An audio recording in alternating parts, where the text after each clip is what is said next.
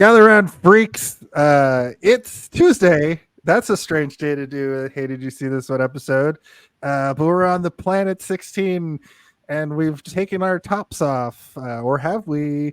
And we gather around the internet radio and gather around the internet fire because it's time for another pulse pounding edition of Hey, did you see this one?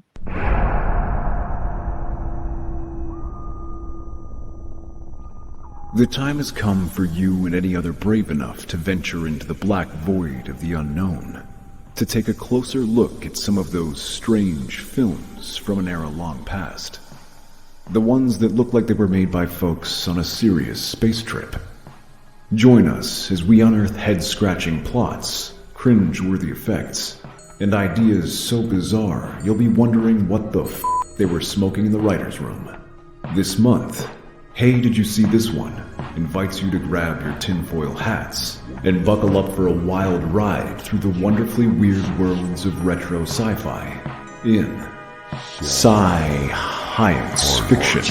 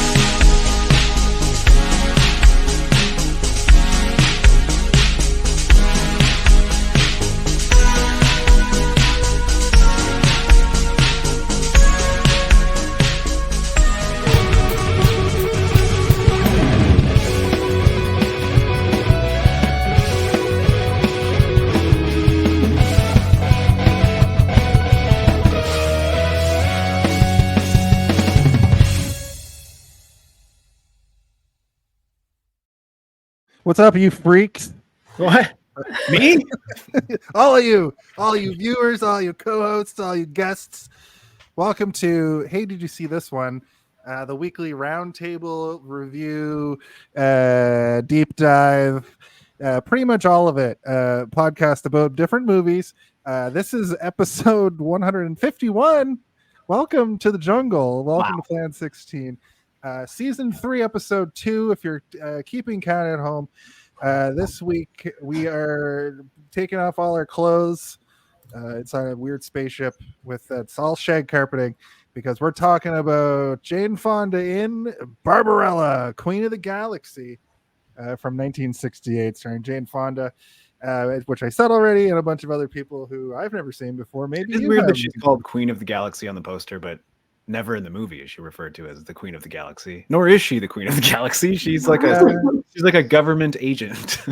Yeah, I'm not sure like anywhere near that. Yeah.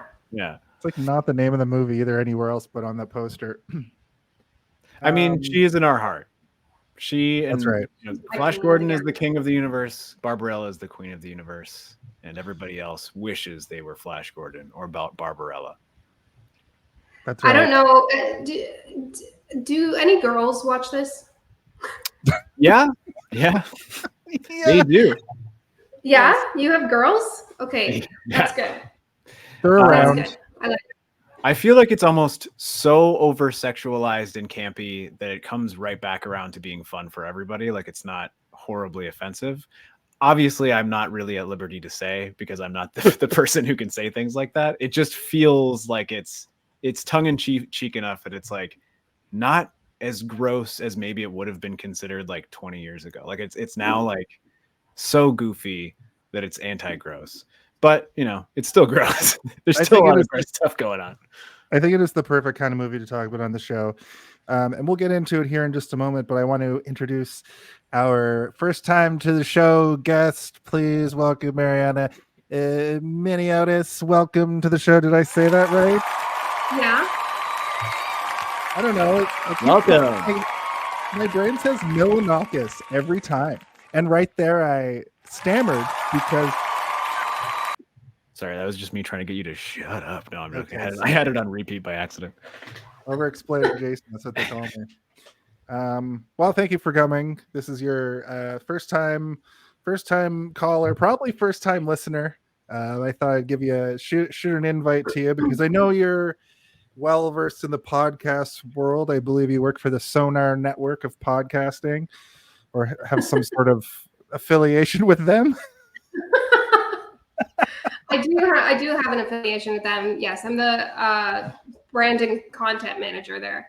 But I have actually listened to the show mostly from the other side of the door when I've heard Michael Mangiardi be on the show, and I'm always struck by just how long it is. It's the longest show in history, which I think is fun.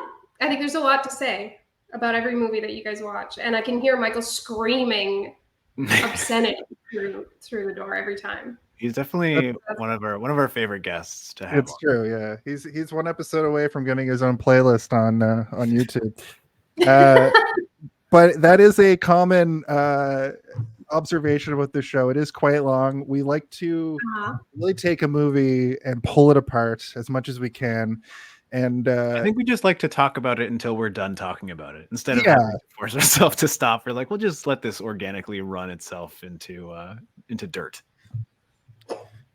That's right. So, oh my God, look at this quote from this edgelord. Oh my God. Soy boy betas. I've never been called a soy boy beta. I haven't said it out loud, but obviously I am giving off that I can sense it, right, which is good. I want people to know when I can sense it. Also, Jason, I call you a soy boy beta all the time. What do you mean you've never been called that before? Fair enough. I also call you an NPC cuck. Do you ever call me your phone number? Because I'm posting somebody's phone number in the chat right now. What the hell is going on tonight? I never call you those mean things. I know that's a crazy thing to say to another human being. Thank you for watching, Val Conan. You fucking asshole. All right. Just joking around. Hopefully. Please keep talking to us. Just to start off the show here. I think it's good right off the top to just shoo away anybody in the chat. Yeah. That's how you get viewers, right? Yeah. Listen. Never mind. So at the top of the show, we've started a new segment where we have the guest actually give us a brief synopsis of the movie. So I put together a little sting for that. Usually Steve's the guy that does that, but play us in, Steve. I don't know what you called it. What did you name it? Oh, okay. This is this is. Hey, can you give us a brief synopsis? Hey, guest. Why don't you give us a brief synopsis?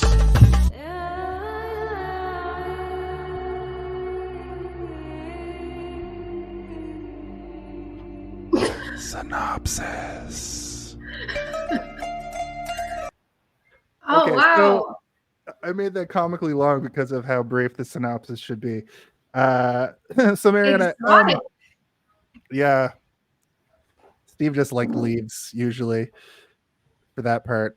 So if you want to just give us a brief, what the movie's about, or is yours? Okay. This movie is about a brave astronaut who is sent on a mission to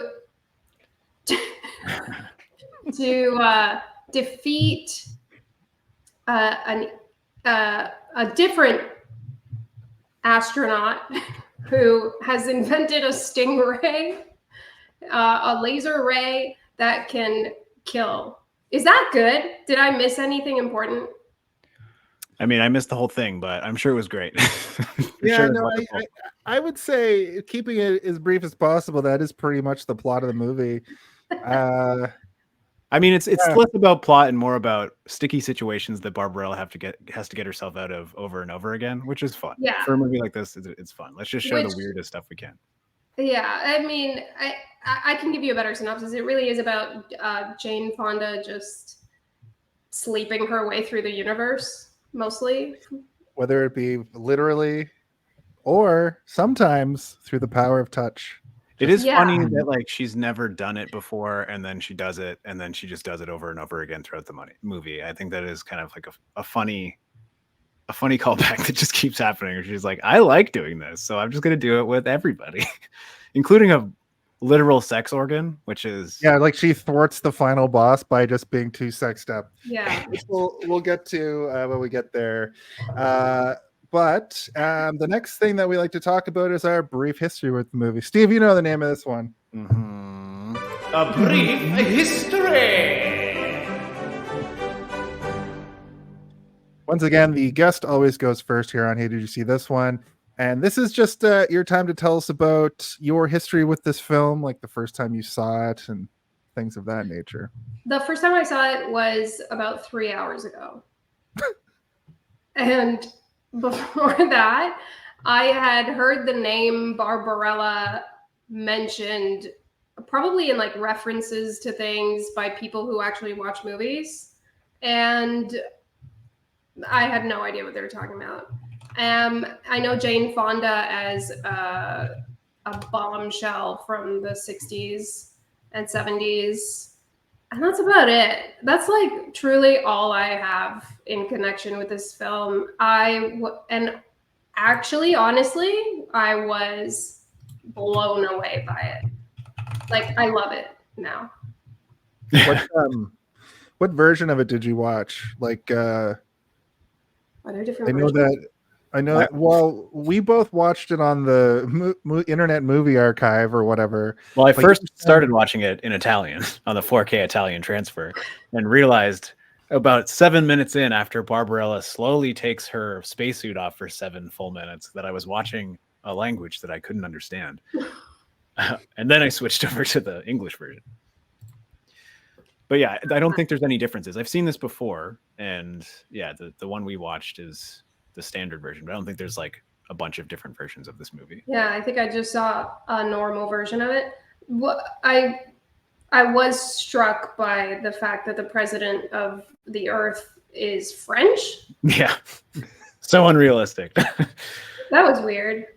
But I mean, he was French, but he was also horny. Like, he was like, don't worry about putting your clothes back on. Let's just have a conversation while you're nude. Yeah. Oh, that was my favorite thing that happened in the beginning. She's fully naked, and I guess we'll get to this, but she's like, oh, I'll go put something on. And he's like, no, don't worry about this. This is an important phone call. Yeah. It's like, those two things have nothing to do with each other. And then it's also like established within a minute after the phone call that she can get dressed within seconds. She has like a magical machine that puts her clothes on for her, which is less than 10 seconds. She just goes behind the wall in the back. Begin to tell you the love I have for the outfits in this movie. Yeah. It's like to a Barbie level, or like a Clueless level, the amount of wardrobe changes that Barbarella goes through. And they're all good. Like, there's not really one that I'm like, yeah, that's kind of a stinker. Everyone was either better than the one previous to it, or like a close tie to the ones that I found to be my favorite. Oh, this tail. Yeah. I don't know if you noticed because you're not girls, but I am wearing Barbarella makeup. Oh, I was gonna say I did notice, but I tried to make my hair as big as possible, which sort of failed, and now it just looks wet. And I put on the most space-like shirt that I have. Yeah, so I couldn't find my Dildano costume, so I just put on a sleeveless hoodie instead. I try not to comment on women's appearances in 2024. Oh, that's pretty kind of you, Jason. It's very mindful, very demure, as they say. You're gonna date podcast by using that meme. I don't fault you for not being able to get your hair that big. I'm pretty sure like the hairspray in the 1980s was some sort of industrial grade where they had to like blowtorch your hair in place for movies like this. The 1960s even. Or sorry, Yeah. the 60s. Yeah, I don't know what. Like maybe she sat under one of those, like those things, those giant things. I've never done that. Isn't that just a hair dryer? Like it's just a big giant. Yeah, but you put your hair in like big curlers, and Yeah. then you dry it with that big Thing. helmet thing, and it's supposed to just stay in place. It looks like a space electric chair. Thank you so much. Thank you. I need to get one of those outfits desperately. Yeah. My partner I'm going to next year is Barbarella. My partner does cosplay, like they make costumes and stuff, and they were just taking notes the entire movie, like, all right, so, and then started looking it up during the movie, like, how can I make this silver bikini? Like, just pay attention. I need to bounce jokes off of you for the show. I respect it. But I was going to ask you guys if you had a favorite outfit, because I definitely had one, but there was a couple that tied with one another. I have to look at them again. I'm gonna go with nude. Oh yes, birthday suit. Jane Fonda nude. Sorry, that's too much. I like the one with the little, like, sort of sequency, sparkly bra, and then like a cape, sparkly silvery cape. What was that? Like chainmail, I guess. It's like like a white leotard underneath it. Yeah, that one was my number 2. My number 1 is the skunk. Like it's so good, and like the gags about it. But it's also like, I don't know. I just liked how the collar kind of came up and drooped over. But the tail gag also is just like so well executed, and all the timing on it is just so like actually funny, like modern level of hilarity. The skunk was funny. I did find myself like asking at times, like, is this a comedy? Because for a long time it didn't feel like it was, but then the skunk thing started happening and other things kind of sprinkled in, like attempts at jokes, and I was like, what is this supposed to be a funny movie? She definitely looks at the camera at one point. I mean, after her hair curls up and like she's done but he isn't, she like looks over at like oh right, and then puts her hand back up. I was like, that's like a joke from a modern day raunchy comedy, and the description for this movie is like sci-fi sex comedy film. So it is a comedy. Yes, I think that the first sort of joke that landed for me where I chuckled out loud was when those little girls put her on the skis and she's like, but I haven't skied in ages. Like she's way more concerned about her skiing skills than the fact that she's being kidnapped by feral children. And then she threatens to like call their parents later too, which is funny. And as bad as Jane Fonda's acting is, and as bad as this movie truly is, I think some of the comedy really was there for me, and some of it truly wasn't. her physical comedy, there's one part where she's like falling all over the place later in the movie. She like rolls around a good pratfall. Yeah, the spaceship when she rolls backwards. That was hilarious. But yeah, the first sort of string of jokes that worked really well for me was the skunk tail, like just getting caught in the door and then the door opening and her quickly like pulling it back in, and then she's like trying to be serious at one point and she's standing a little bit close to the door and you don't even see it in the doorway, but she yanks it because she's scared it's gonna get caught again. It's so funny, like it's really good. But yeah, I think that you're right. Like a lot of the humor is almost too corny, but then the ones that go beyond too corny I really like, but then also the subtlety of some of the other jokes is really good. But I mean, I did laugh out loud when the guy's like, I'm blind and I can't fly anymore, I've lost the will to fly, and then as soon as they have sex he's immediately flying, like right afterwards. That was insane. It is super campy. It's the epitome of camp, this movie. I also really liked that she asked him to lead the way. Yeah, the blind guy, lead us there, and he's like feeling the walls and stuff. But and at some point he turns him somewhere too. Yeah. But the thing is, like, there were those very clear, obvious comedy bits, but then there was a big stretch in the beginning where I just felt like there was nothing funny happening, and like it's not one of those movies that's like slapstick, like everything's funny and it's just jokes. But it's also not dead serious. So I was really confused, like, what were they trying to do?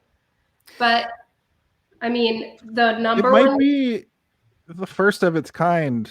Like it's so old that this might be the first like raunchy sex comedy, really.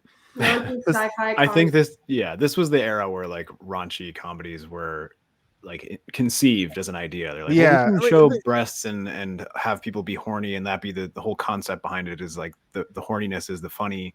And you know, comedy really has a tough time over time. You know, comedy and horror, like they don't typically age very well unless they sort of encapsulate a very specific vibe that can go beyond it. I don't think this succeeds and achieves that, but I do think that there is enough to excavate while you're watching it that I'm like, I do truly find this pretty funny at times, right? I do laugh out loud. I'm not like sitting there stone faced. Like, I can't believe people thought this was funny in 1968. I would never rewatch this as a comedy, but I would rewatch this a million times. Mm-hmm. Like, and for me, it's all as bad as the effects and the green screens and everything really are. The aesthetics are like so good. Did we do our brief histories? we're still in that segment. Okay. I just want to we'll continue that, but Michael's right here, and I wanted to bring up the fact that right before sci-fi became like a big thing in film, the beach comedy was the comedy, and the sex comedy was kind of, you know, fostered and born out of that. So the ideas were there. Like, for instance, I looked up 60s beach comedies, and there's a movie called Ghost in the Invisible Bikini from 1966, right? Where the Boys Are, how to stuff a wild bikini, 1965. How to what? Stuff a wild bikini. So those are like beach comedies from the era. Yeah. Use your imagination. It's probably about horny teenagers at the beach. Well, a naval reserve duty in Tahiti and away from his girlfriend, Dee Dee, Annette Funicello. Dee Dee from Tahiti? No, that's classic comedy writing right there. That's writing. And Frankie Avalon worries she might be unfaithful. So Frankie hires the Dr. Bawana, played by Buster Keaton, who dispatches an alluring sea beauty named Cassandra, played by Beverly Adams. I wonder if Bawana is from Tijuana. That would probably be pretty funny too, right? Yeah. To entice sleazy ad executive Ricky, played by Dwayne Hickman, away from Dee Dee. But unexpected complications arise when the beach becomes topsy-turvy after Cassandra arrives. That's the plot. Let's Topsy-turvy. Perfect conditions for a Buster Keaton. Yeah. A whole host just falls on him. Yeah, I mean, like, the funny thing is, like, the raunchy beach comedy was like such a prominent thing when sort of directors that are really big now were younger. That was sort of the bread and butter of just sort of like journeyman comedy directors. And like, I'm sure you guys know the story, but like Beetlejuice, they were trying to make a sequel about a year after it, and Tim Burton was like, I'll only do it if it's set in Hawaii, and Beetlejuice goes to Hawaii, and it's a raunchy sex comedy from the 60s. And I'm like, that, you know, the more I think about that, the more I kind of wish that Tim Burton did it. But he did it as like a loaded gun, being like, don't even test me because I'll fuck this franchise right up. I'm wondering if Beetlejuice, I haven't seen it yet. I'm wondering if it has a reference to that in it. It must, right? I mean, it would be great if when we first beat Beetlejuice, he's on the beach in Hawaii. He's like yeah. All right, yeah. But I assume he's probably still in the waiting room, right? That's the joke, that it would take like 1,000 years or whatever for him to get to his number. We let's finish out our brief history, Steve. I think I'll just say I also watched it today. I knew about the movie, you know. So I'm familiar with Jane Fonda to a degree. I know that Sydney Sweeney's being looked at to remake this film. All right, we'll talk about the remake in a second, Jason. Okay. But Steve, we all know how horny you are for Sydney Sweeney, you pervert. So during COVID, Jason, you came to a few, but we did like bad movie nights over streaming where a bunch of us in lockdown would watch corny movies or weird movies. Over the course of the 2 years, we were all locked inside. And this was one of the ones we watched, and I'd never watched it before, but I have a friend who loves this era of film. And so he's always got movies that he really wants to show us. He's like he's around our age, but it's like he's like an elderly woman trapped in a younger man's frame. And this was one of the movies that we watched, and the first time seeing it, I was like, this is so interestingly goofy, and it feels like a Star Trek episode mixed with like a Wizard of Oz, but not as good as either, but like maybe better in certain areas than others. Yeah, the sets were like inspired by Wizard of Oz, I read. Yeah, I think even just the whole concept feels sort of probably. like Wizard of Oz or Alice in Wonderland, right? Like she's going to a strange world and meeting strange characters and has to help them and defeat evil. But I mean, same could be said about every fantasy movie ever made. But you know, whatever.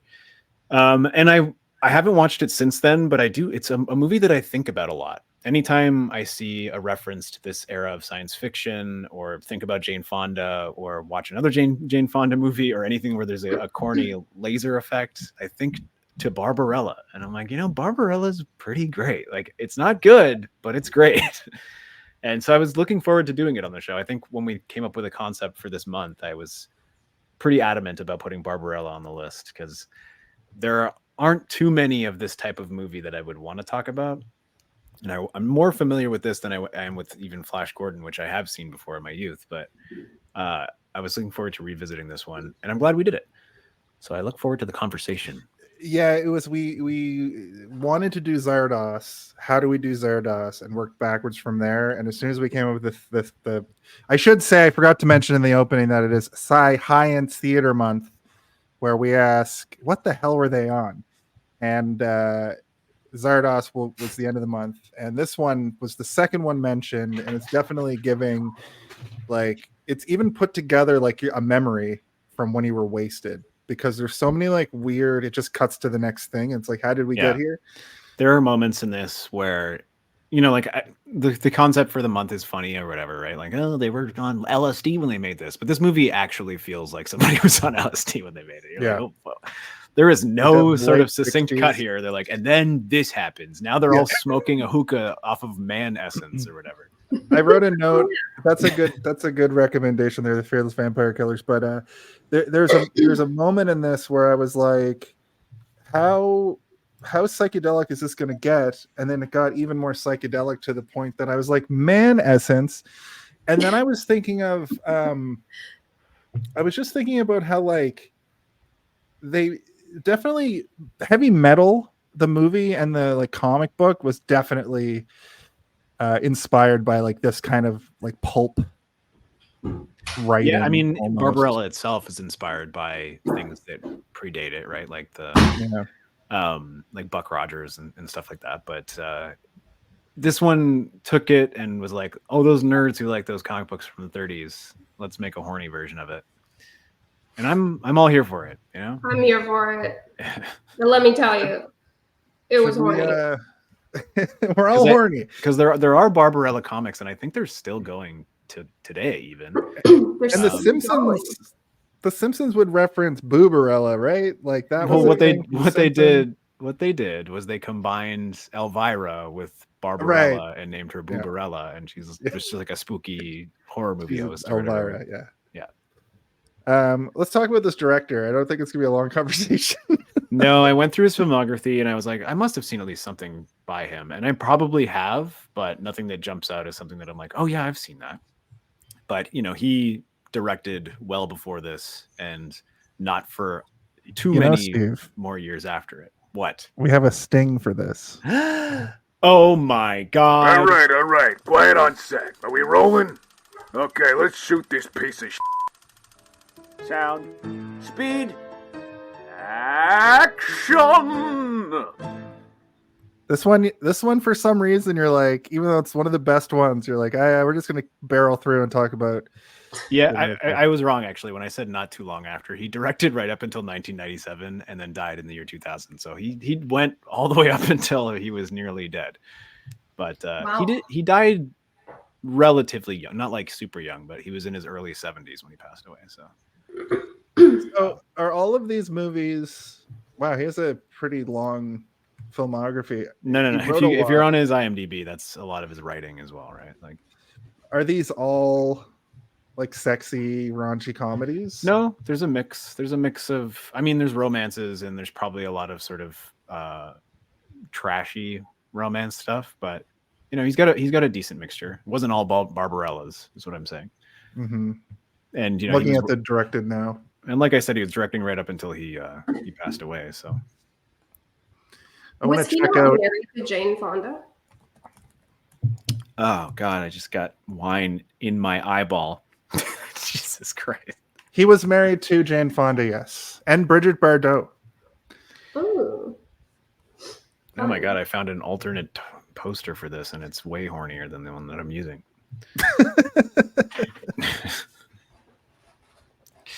Yeah, I've never even heard of any of these movies. I'm curious about Nutty. Where is it? Nutty Professor. No. He directed Nutty 2004's Naughty Nutty Chateau from 1963. Oh, he directed Naughty Professor. It's just a horny version of Blubber or Flubber or whatever it's called. Pretty Maids All in a Row. Don Juan, or If Don Juan Were a Woman. It's the name of a movie. That's the name of the movie? Don Juan, or If Don Juan Were a Woman. Wow. Man, he's got range. And that has Bridget Bardot in it. Okay, so it's tiring hot people. Yes. This is one of those directors where if I was a better student in school, I'd probably have a lot more to say, but I don't.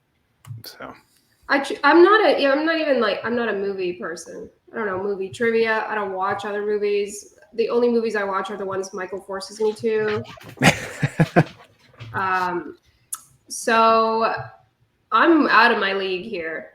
All I can say is I love this movie. Yep. Me too. I love movies, and I watch kind of this type of movie all the time just for pleasure, not even for the show. Well, I can see why you would watch this movie for pleasure. not sexual gratification or that kind of pleasure, just because I think it's hilarious. But you know that shirtless people of all sexes and gender, I'm down. I was even kind of into that weird doctor guy in The Maze. And I was like, yeah, Dr. Ping. Yeah. Oh yeah. Oh man, yeah. I'm really into the Iceman. Yeah. That Austin Powers level of hair on his chest. hair? Because it was like a fur coat. The joke. And it was another fur coat underneath. The joke of him being almost as hairy when he's not wearing his hair suit is very good. Because it was clearly not his real chest hair, but like that is the joke you want to go for, is like I take off a sweater and I'm wearing another sweater underneath. But I couldn't tell because it's 1968 if that was a joke or not. It was. That looked like it was permed, like it was like a rabbit fur like on his chest. You know, like Steve, this is a new segment I'm making up just now. Steven is most attracted to Dr. Ping, and I'm most attracted to the Iceman. Who in the film made you the horniest? And I think this is a new segment that you should add to your show. Right. It'll be like, ooga, horny alert over here. Who in the film made you the horniest, Jason? Well, I mean, it's pretty obvious. Not Jane Fonda. I'm gonna go Jane Fonda, but only because I forgot that she looked like modern. She has like modern beauty. Like she looks like models of today. I don't know. Jason's expecting everybody from the 60s to look like a grandma hot or whatever. No, I know what you mean. Jason was a goddess. Yeah, Jane Fonda is like one of the most beautiful people who ever lived. Period. Yeah. Like she's like in her like 80s now, and she still is like pretty beautiful. You're like, oh my god. They called her a sex kitten for a reason. Boner alert. We had this banner already from another episode. Yeah. Oh, that's what it should be called, boner alert, and it'll be like alarms going off, like a bunch of people on the bridge of like the starship, like boner alert. 14 boners at us, sir. Yeah, I mean, again, like, and Jane Fonda, like in everything, is just like, I know what you mean to say, Jason, is like she has sort of a modern beauty. It's like when you're looking at her, it's timeless in the sense that you can look at her in the 1960s and something like this. You can look at her in like the later 70s and something like Clute, and she's like just as beautiful. The actor who plays Psycho in Psycho, who plays Patrick Bateman. What's the name of Psycho? Norman Bates. That actor also. That's the name of the character. I think it's Jason Bateman. Jason Bateman. Yeah, Jason Bateman from the 60s Psycho. Yeah. Looks like has that same like he looks like a modern day actor. And I have a theory that Robert Redford, I think, who was in that Sneakers movie. Robert Redford? Yeah. He's like the last of the like he half of his face looks old school and half of his face looks new school. Oh yeah, he's like blockhead hot, where you're like, this man, Yeah. you could stack several of his skulls on top of each other and like make the foundation of a home without like square his head. I'm not sure. I don't even know if I follow that, but I don't know. Marianna, who made you horny? The Iceman? I think that, well, honestly, oh my God, so many people in this movie made me horny. I like the Empress when she shows up with an eye patch as well. That was pretty good, and she had like the spinny okay, eyes in her because hand. I like the version of the that what's she called, the Tyrant or whatever, with the freaking unicorn horn. Yeah, the Tyrant right, yeah. That's her crown. Is just a unit. Because remember they're trying to put it on Duran at the end or whatever. Right, the horn. I think she definitely made me horny. The guy, the Iceman, made me horny. Professor Ping, if the sort of fake person that is the angel guy made me horny. Yeah. He was like mannequin hot, where you're like, oh, he's like a mannequin. Yeah. He even moved like a living mannequin, you know, like he's always. Yeah, Mike actually said he was in the room for like 5 minutes and he saw this guy and was like, this guy looks like Rocky from Rocky Horror. Mm-hmm. That's what I was thinking too. Yeah, it's like that level of just brain dead, hot, like not even a hot man. I wouldn't even say he's hot. He's just kind of like just there. Yeah. He looks like he probably smells good and is very soft to touch. Yes, and like, soft. He looks soft. His hair looks soft. And he looks like he wouldn't mind if you were touching him. He'd be like, yes, touch as much as you want. And you're like, oh, even his personality is soft. But yeah, I mean, I think he was mostly there, I guess, for eye candy. But like I agree with you. Like, I think he's meant to be the hottest male character in the movie, but I wasn't like, honk, honk, oh yeah, boner alert. I was like, okay, this guy's just basic. Iceman for sure. But he was not just eye candy, he was also a mode of transportation. Yeah, he was a car. Yeah. he was a glider. He was like the owl from Lord of the Rings. It was also great that all the most attractive people were the ones who survived at the end. They just fly away into the credits. Yeah, it was kind of rude. It was quite rude, actually. Dr. Ping, I guess, was he vaporized? I don't know. A bunch of people vaporized. Dildano get vaporized, and I think the rest of the place exploded. I mean, I was even into Dildano. Like, I thought he was pretty cute, and he's funny, and like, there's something going on there that I was like, I would rather be with Dildano than most of the characters in this movie, because at least he seems like he would make me chuckle. Okay. Why wouldn't this episode make air? I don't know, because of our boner alert tag that's been happening. You can take it off, even though you're the one that's put it up. That's true. Are you concerned about people being turned away? People being frightened by your boner? We have to put a warning at the beginning of the episode, like, warning, this is the horniest episode that has ever existed. We haven't even gotten that horny. Come on, we haven't even started. Okay. Yeah. Well, it's funny you say that, because if you have nothing else to say about the director, it is now time for the body of the episode. So you should play the long version of the body. The long version? Ooh, the long version. Oh, everybody back up, because here comes the body of the episode.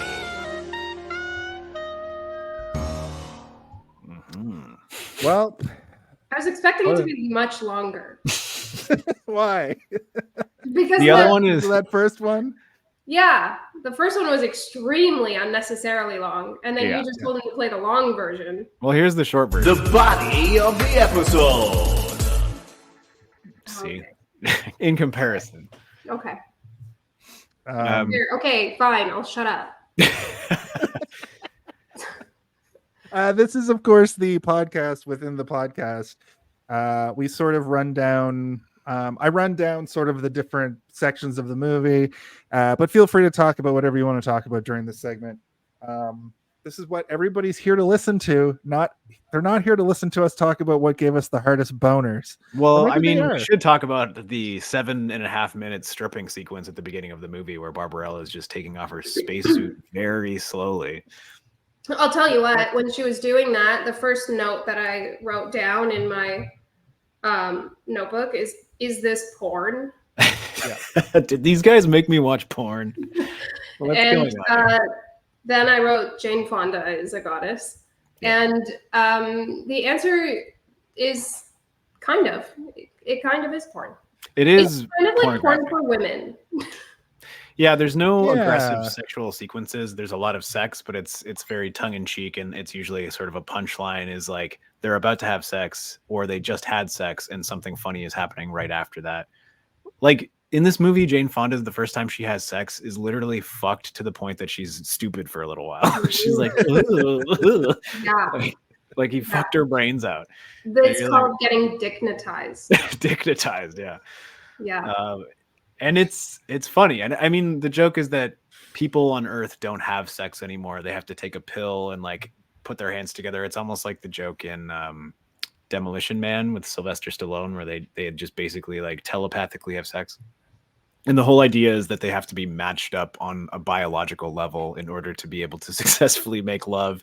And I guess the outcome being we will then reproduce. I think that's not. They don't go too much into detail, but yeah. Well, I mean, they did kind of allude to the idea that sex, the primitive way, was just a distraction and seemed to, I guess, dumb down the like humanity. And I guess once they moved to this this sort of telepathic, more, I don't know, empty sort of.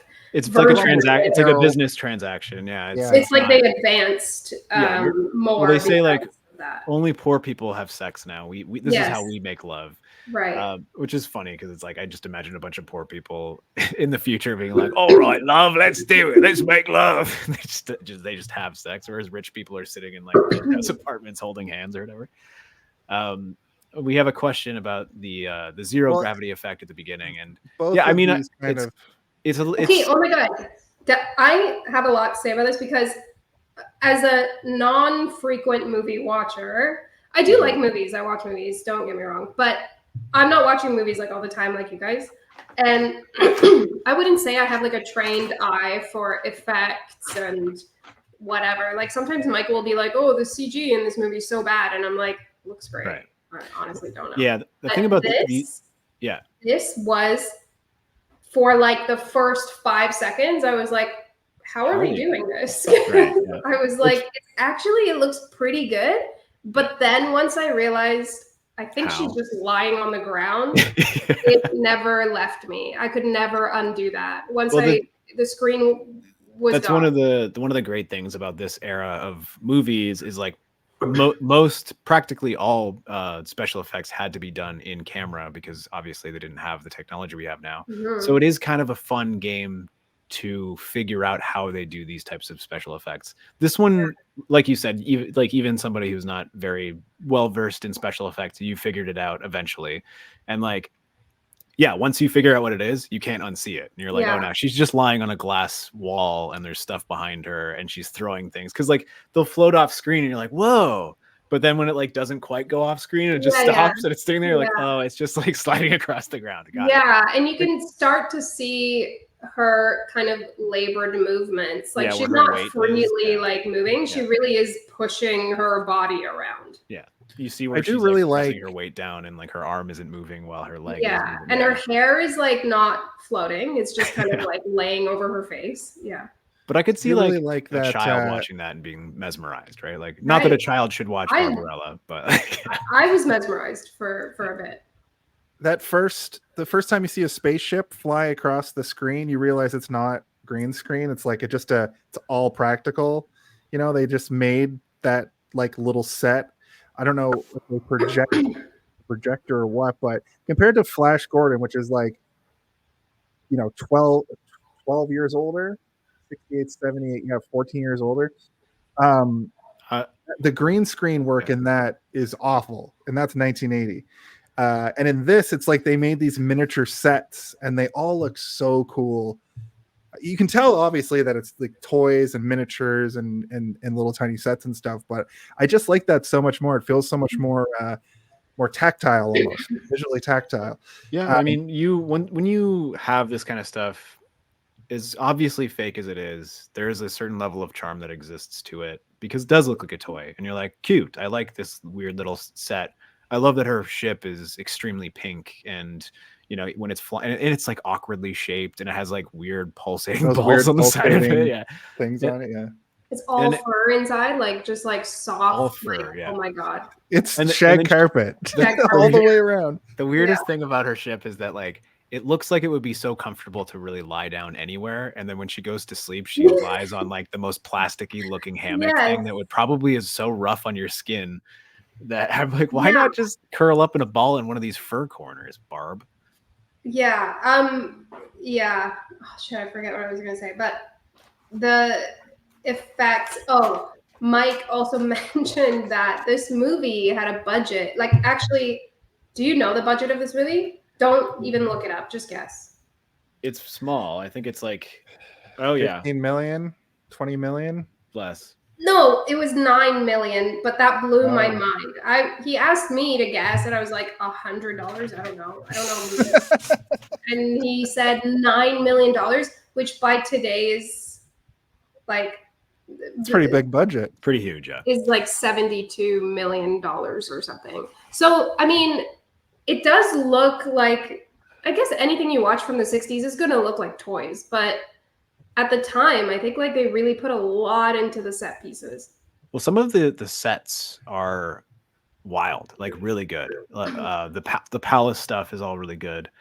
The like the labyrinth, like it's kind of Star Trek-y. Where like it feels. I've seen stuff like this in like a television show of the same era. But I like the weird, freaky, like psychedelic sex dungeon cult place where all the people are laying around partying. I thought that like a great, like a big like hall. Burning someone's feet for some reason. I mean, like this is pleasure or pain, you decide.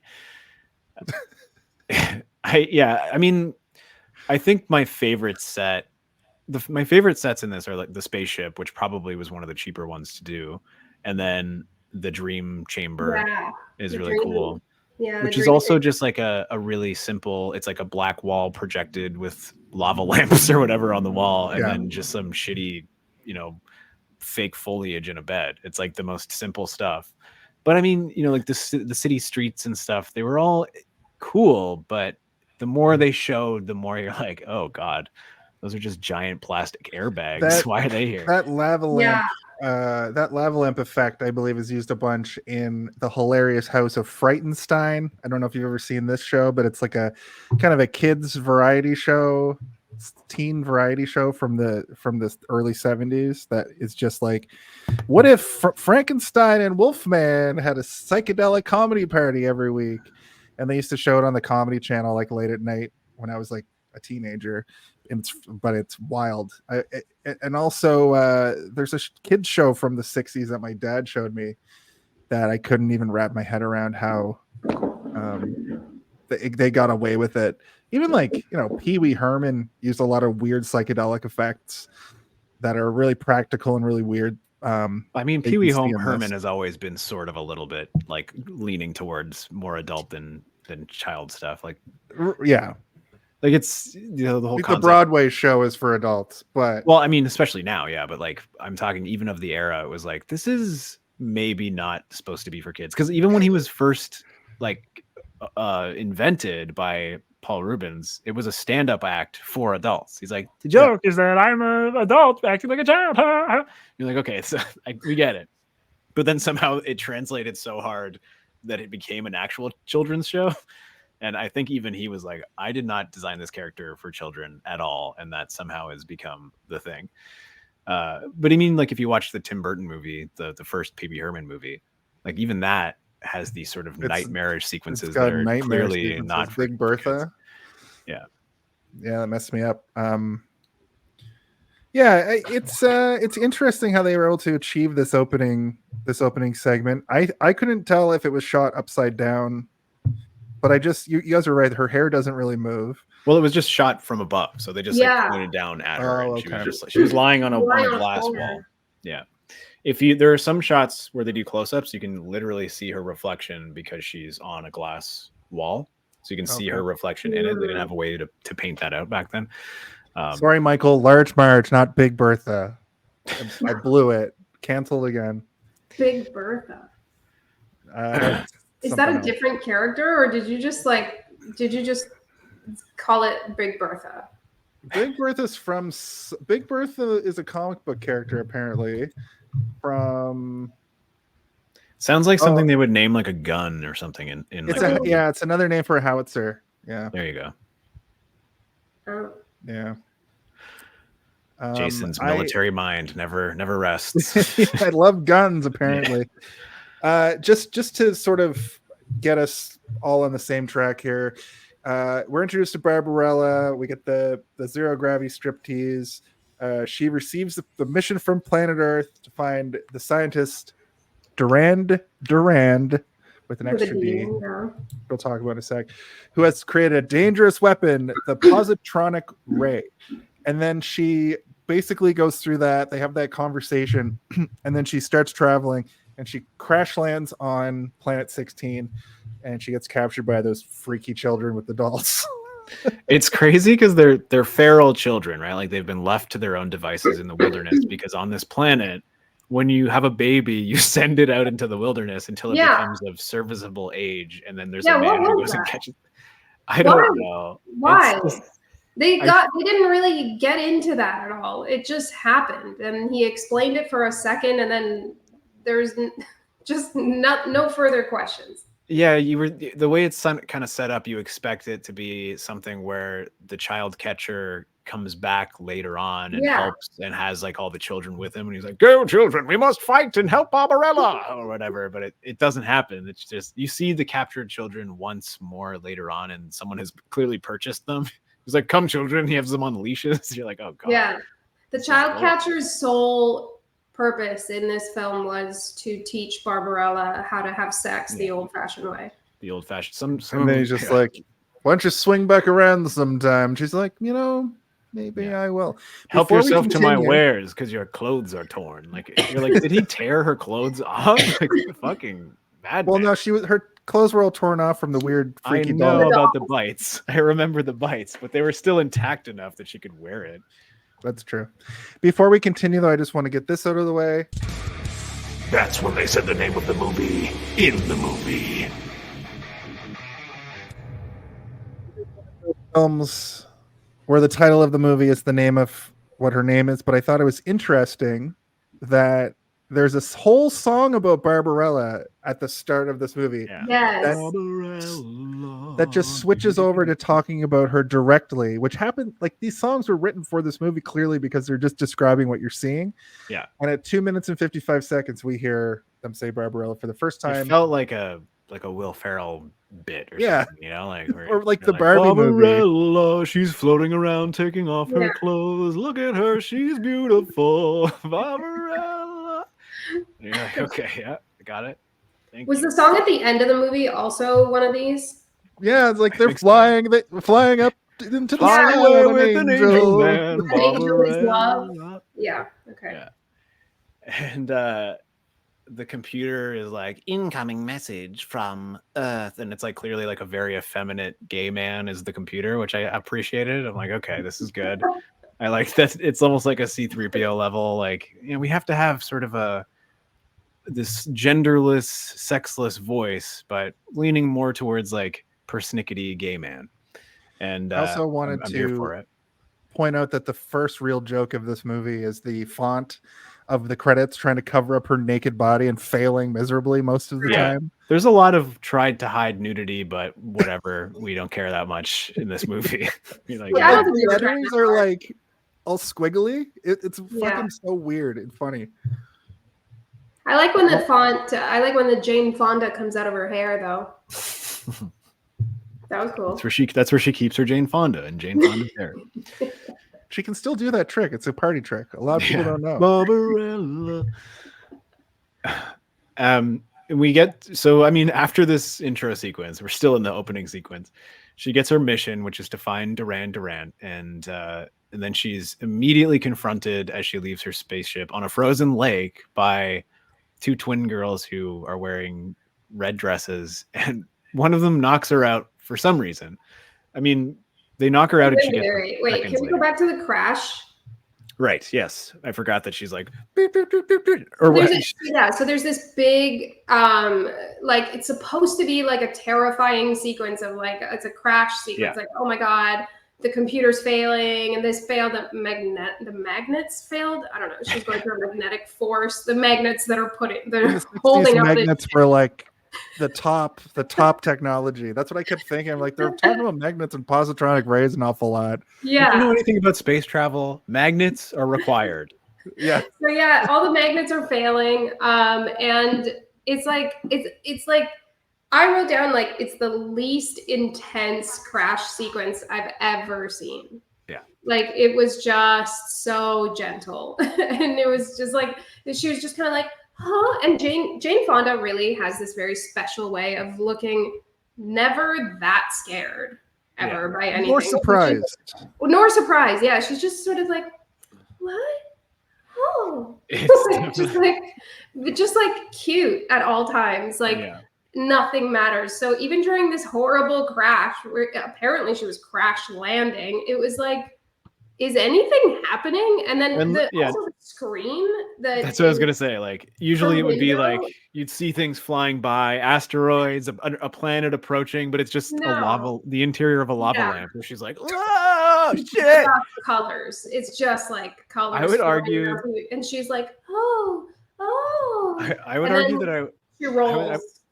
She rolls over. But she's in her nice furry, it's like a sunken cockpit, I guess, where she can move around and crawl around on the fur floor.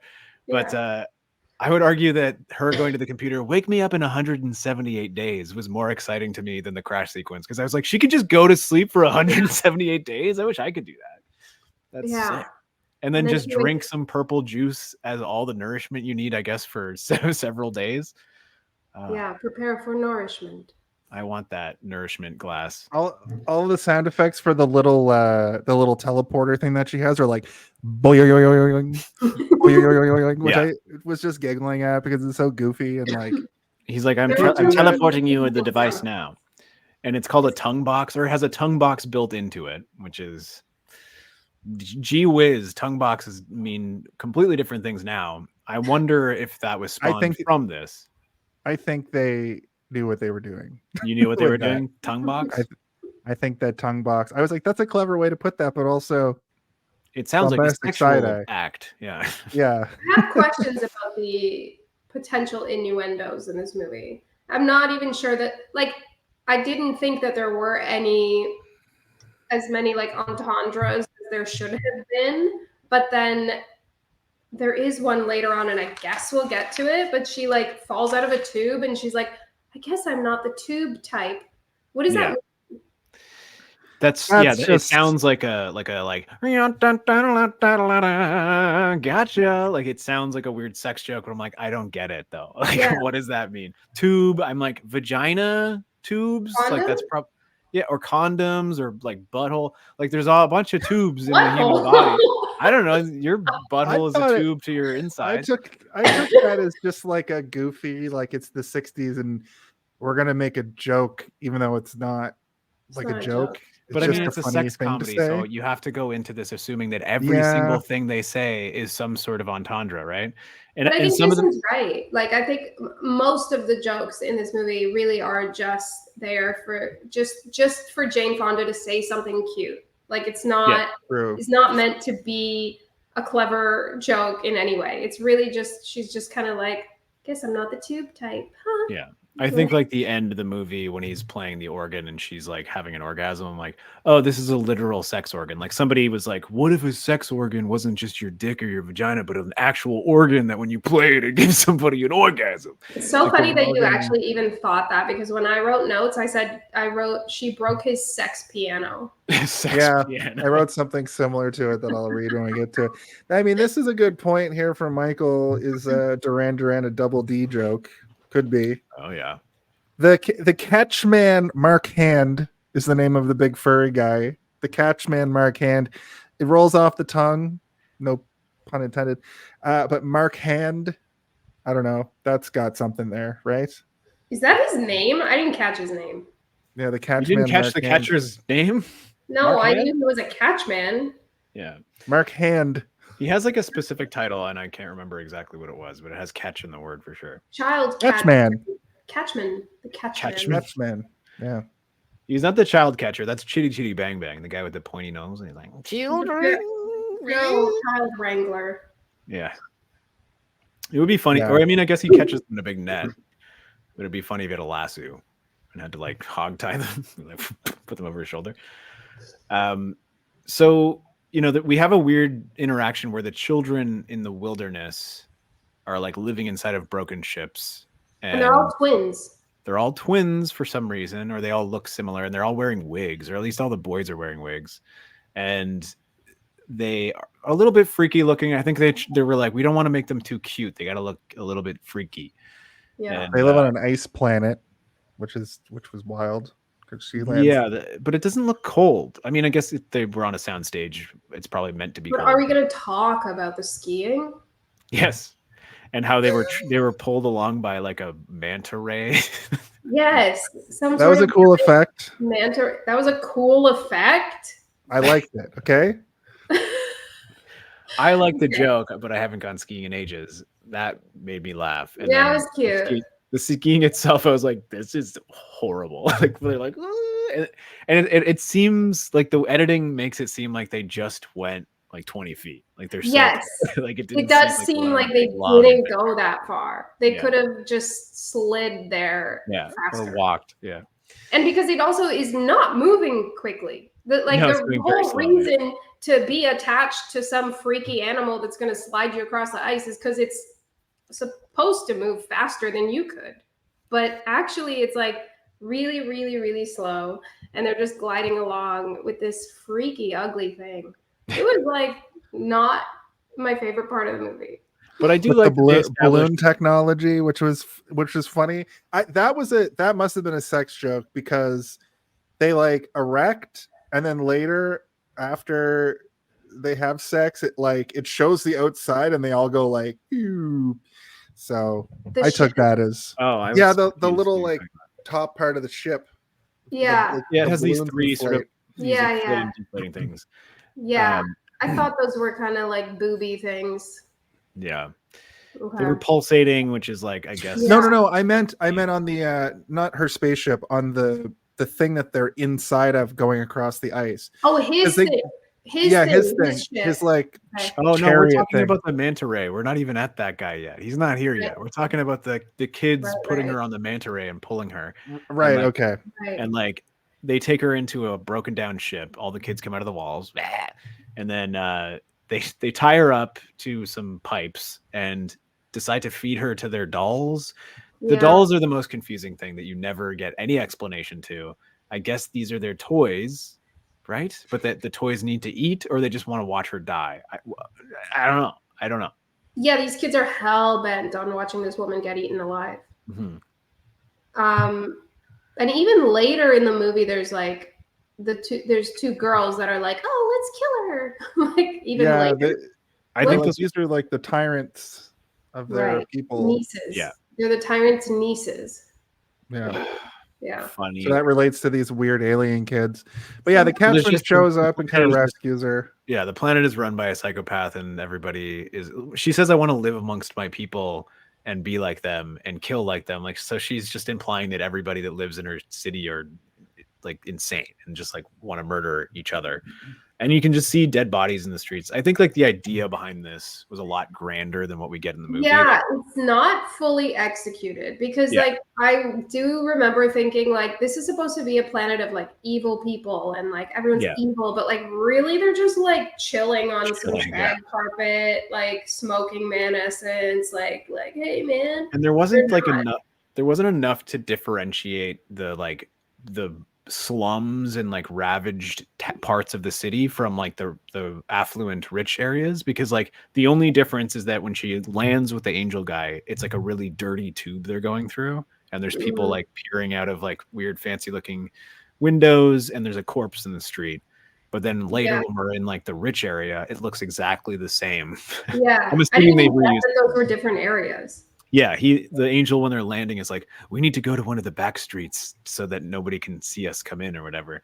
And it's like slightly dirtier in certain areas. And like, okay, so this is supposed to be the poor area of town. But then they get to the palace and it just looks the same. So you don't really have that clear, you know, like if one of them was darker and like not as well lit, maybe you would kind of get that. But you know, they were still finding their legs in 1968. How do we differentiate a poor murdery part of town from a rich murdery part of town? I don't know, a giant bong with a man inside it. That's how we know they're rich. Yeah. That evolves to today as a coconut or not coconut, cucumber water. That's what I kept thinking of. You know, when you go to like the dentist and in the waiting room, they have cucumber water. I was like, in the 60s, they just put a person in there. Dentist are you going to? Dentist are you going to? Hey, this guy goes to the rich dentist. You want a dentist in Yorkville? Maybe. Wow. In the annex. Maybe not my dentist. Oh. My lawyer's dentist. Yeah. Well, yeah. The mayor's dentist. My dentist's cucumber dentist. water. Wow. I don't really. That's not that affluent. I wouldn't say. Cucumber water in the waiting room. Cucumber. If you go anywhere and they have coconut water or not coconut water, cucumber water in the waiting room. Then, I've only ever seen that at spas. I've only ever seen that in movies. Yeah. Right. Well, I mean, just put some cucumber in some water, and you too can be extremely rich. You can be a dentist as well. Yeah. Fun fact. Here's the first fun fact. The original author, Jean-Claude Forest, based the character on Brigitte Bardot, who was the Roger Vadim's previous wife. Before this movie, but they went with Jane Fonda. Wow. That's Where not does that Stephen fun. keep going? What? I mean, where does Stephen keep going? I have to take the camera off for a moment when I do stuff. Oh, okay. He's doing cocaine. No, we just don't have that on camera. I'm doing hits of my man bong. I want to talk about the dolls. Talk about the dolls and tell us about their teeth. Their teeth are metallic, I guess.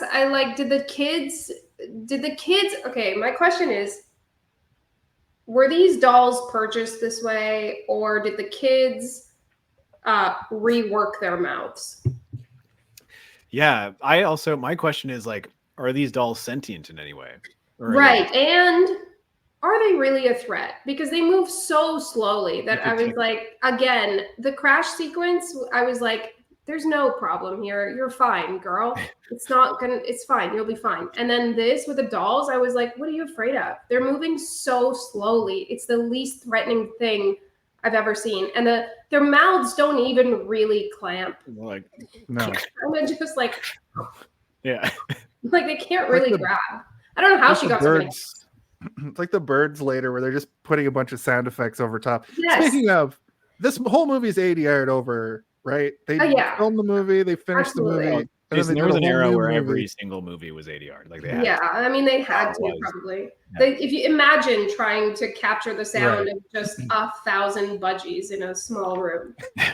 But okay, fair enough. But what about the fact that the whole movie sounds bad a lot of the time? I don't know if I agree with that. That I can't explain. Yeah, some of the sound effects in this movie are great, but you know, sound a lot of yes. Yeah. Yeah, a teleporter sounding like a cartoon sound effect for like being horny is very funny. But but this comment, like there were movies from this time that didn't sound and look like this that probably had similar budgets. So it's like I don't think it's just a matter of what was going on in the 60s for film. Yeah. I mean, the difference between 2001: A Space Odyssey and Barbarella is that one was made by a horny man, and one was made by a man who is horny for cinema. Yeah, the difference between Star Wars and Flash Gordon a decade later. One movie. I would argue that that's not even close to a comparison. Like 2001: A Space Odyssey is still taught as like one of the greatest movies ever made. Barbarella is one of the horniest movies ever made. It doesn't go anything beyond that. Flash Gordon was pretty horny, Steve, you have to admit. Yes, yeah. And you But can compare it similarly as a sci-fi. Listen, I love Star Wars. I love Star Wars. but I love Barbarella. Barbarella And I also love was Barbarella. like you can see how bad it is, but it is like I said before, my favorite thing about this movie is just like sheer aesthetics. Like it's just has this like nostalgic, like retro futuristic, like this like 60s version of sci-fi. I'm obsessed with it. It's just beautiful. I kind of wish they would bring it back. I mean, Star Wars sort of does a little bit with it, and even some of the newer Star Wars, they try to play around with this kind of stuff, but nothing has gone with sort of like the cone-shaped ships and like the goofy space blasters as much as this, because you know a lot of it is taken like deadly seriously, right? Like even if you look at something like Star Wars Episode 1, where George Lucas really was like going back into those rounded spaceships and like I want to make it look like a sports car or whatever, it still isn't like you're not going to have a joke where Queen Amidala is like, boy, let me teleport something to myself, you know, like that's not happening. The unfortunate reality is like a movie like this will never ever be made at the studio level again. You know, it's going to be indie people who are building models in their garages and trying. We're going to have to make it ourselves. I agree. Let's do it. I want to see something like this made with modern special effects, so it looks crazy, but it still has this aesthetic. I'd also like to see them do an animated feature. Have you guys ever seen? I think it's there's these old Popeye comic animated films where they animated over live action backgrounds.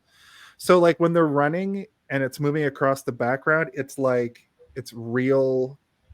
So it looks 3D without being 3D. Does that make sense? I think I know what you're talking about. Let's see if I can find this. Talk amongst yourselves. Well, where are we in this film? Have we even gotten into the Iceman? The children are about to eat her. The dolls are eating her. I did want to talk about the dolls, but I think we've covered it. Like they're weird, like gross little monster dolls that, like you were asking, do you think that they appear this way when you buy them, or do you even buy them, or are they something that exists in the wastelands that the children are like, well, we found a race of doll robots. Are they robots? Are they sentient? I don't know. Nobody knows, and we never find out because she gets bitten a bunch, and then what are they called? The dark guards or the black guards? I think they come in and like start whipping. They kind of look like the sound that the whips make as well are mainly just like a scream. Yeah. They're just like wow. Yeah, and those things. I kind of like the way they look, but they have that very stiff sort of like what's the character from Lost in Space, like danger. Like they have that very sort of like 1960s robot vibe where it's like we made a suit of armor and we put it on an actor and it works well enough if you put it in the right light. And in this movie, they never put it in the right light. It's always just like flat and on display. I did like when that one got blown up though. That was pretty cool. Like when it shattered. A lot of them get blown up. Yeah, when they get shattered. Yeah. And then they said, she was like, whoa, there's like nobody in there. And someone was like, yeah, they're Leathermen. Leathermen, yeah. I was getting to that feeling. That's not how leather explodes. Listen, I've met a lot of Leathermen in my life, and none of them look like that. There's a lot of like language in this movie that I just didn't understand. I actually tried to put on subtitles because I was like, I don't know what anyone's saying. Half the time they're using these like made up words, but like I can't make out. I think the audio is just not good enough that I can't make out what the fuck they're saying. There is a lot of jarbly talk. And again, I was watching it with somebody and they were like taking notes and asking questions, being like, do you like this outfit? And I'm like, I'm trying to hear what they're saying about the Leatherman. Just calm down. I read this line so many times.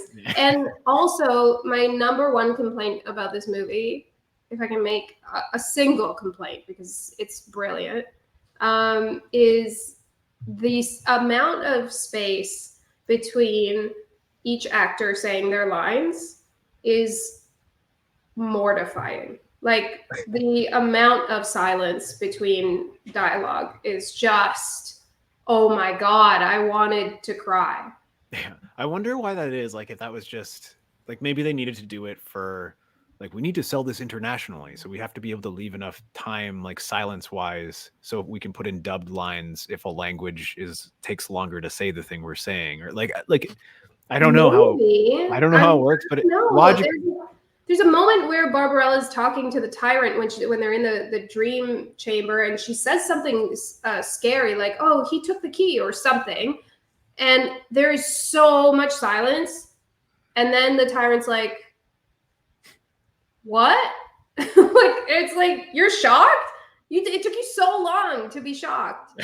Yeah, I know reaction time is delayed severely.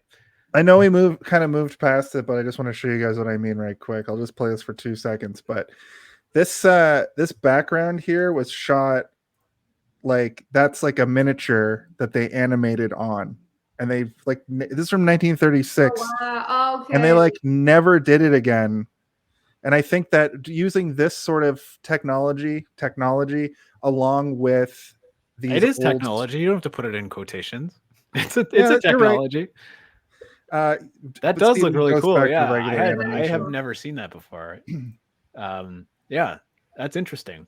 So, there's a movie called like Psycho Gorman, and they're making another one. The same people that's coming out shortly. I can't remember the name of it, but they utilize a lot of these old sort of classic techniques, and nowadays it's still got the level of charm, but it does have the vibe of like we filmed this in our garage, and then we also have very high budget moments as well. Like we spent the budget here, but anytime we have to have something grand, we're going to green screen an actor on a bunch of miniatures.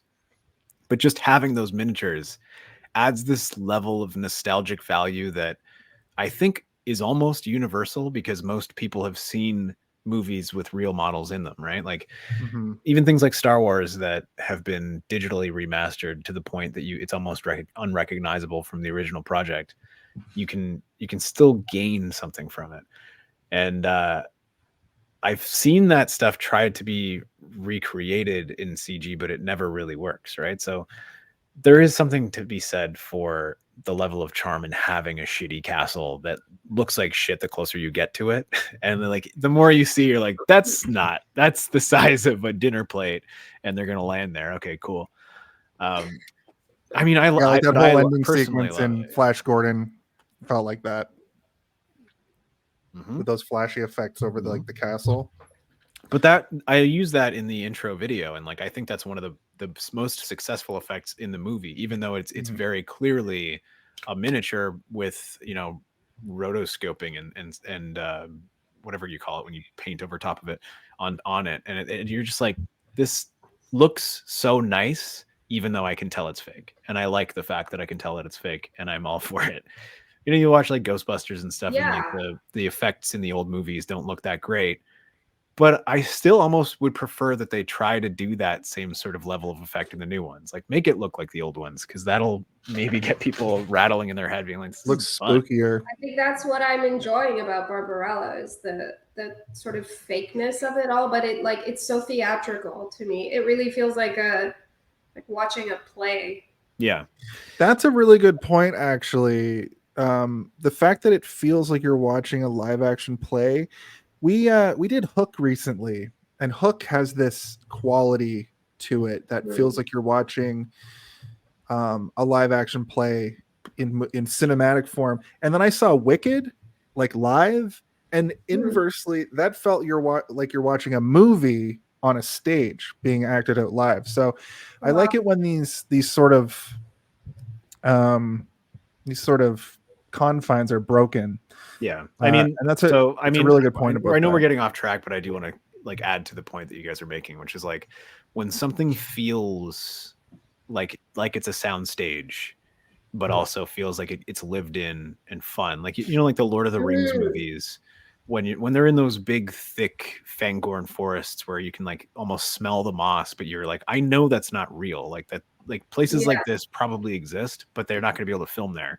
And it feels like, you know, it's a soundstage, and you can kind of almost see the painted background. I love that, because it makes you feel like you're in a storybook. It makes you feel like you're out of reality, and that's what movies are mostly, right? Sometimes when something is too real in a movie, I get uncomfortable. I'm like, this feels too much like real life. I don't like it. I don't like this at all. I know. I've been watching the Planet of the Apes movies because I haven't seen the new one yet, and we've been watching the old ones. Well, not the old ones, but the newer James Franco series. one on. And yeah, like I know that the apes are CG and stuff, but like there are moments where it gets too real for even me. They're good. That's a unique situation where even though the first one is now over a decade old, it's still they still look really good. Yeah. And they're well-made films. I love the Planet of the Apes quadrilogy. So the fourth one's fine. Again, I know we're completely off track, but I have like a weird soft spot in my heart for the Tim Burton one because it's all practical makeup and like the people are in suits. And like I know it looks kind of cheesy, but it looks a million times better than the 1970s and 60s versions. And I still sometimes I'm like, I kind of wish that they did that for these. I know they wanted to take it to the next level, and they were like, we're gonna have mocap suits, and Andy Serkis is here, and he's gonna be Caesar, and everything's gonna be crazy, and it's gonna be wild, and they're gonna be real apes. I still love that makeup from the Tim Burton one, where they're just like squidgy and monstrous, and you know, wearing real armor, and I don't know, man. And again, all the sets are like clearly sound stages. Yeah, but you forget that those in those 60s ones, they're just super anthropomorphic. Like they're just like a person. I'm not talking about those ones. Those ones. No, are like, I know. Yeah, I know. But then you fast forward to these more the recent four, and it's like they pretty much just stay monkeys. Spoilers. Have you seen the Tim Burton one, Jason? I'm just asking. They're not monkeys. I have. But when it came out, they're apes, Jason. They're chimpanzees. Yeah. Right. Right. It's not called Planet of the Monkeys. Not monkeys. We are apes. It's basically a slur. It's true. It's true. I'm sorry for all you apes listening tonight. Speaking of slurs, and I guess we'll get there, but when she breaks his sex piano, I think he says something that confused me about Fruity? the cables. The Duran Duran, when he is R-wording her with his sex piano. She breaks it, and then he's like, "You turned my cables into F words." Yeah. What was that? I think he's saying that because they're like going flaccid at the body of a woman. I think is like what the implication was like. I missed that. He says it. He yells it, but it's also kind of like hard to hear what he said. I was also like, did he just say what I thought he saw? Yeah, I missed it entirely, but Mike was in the room and he was just like, "Excuse me, what did you just say?" I was like, "What?" You're like, everybody, let's team up and cancel Barbarella from 1968. Yeah. No, it's my favorite movie. They definitely say fruity at one point, but it was like they say what? Like fruity.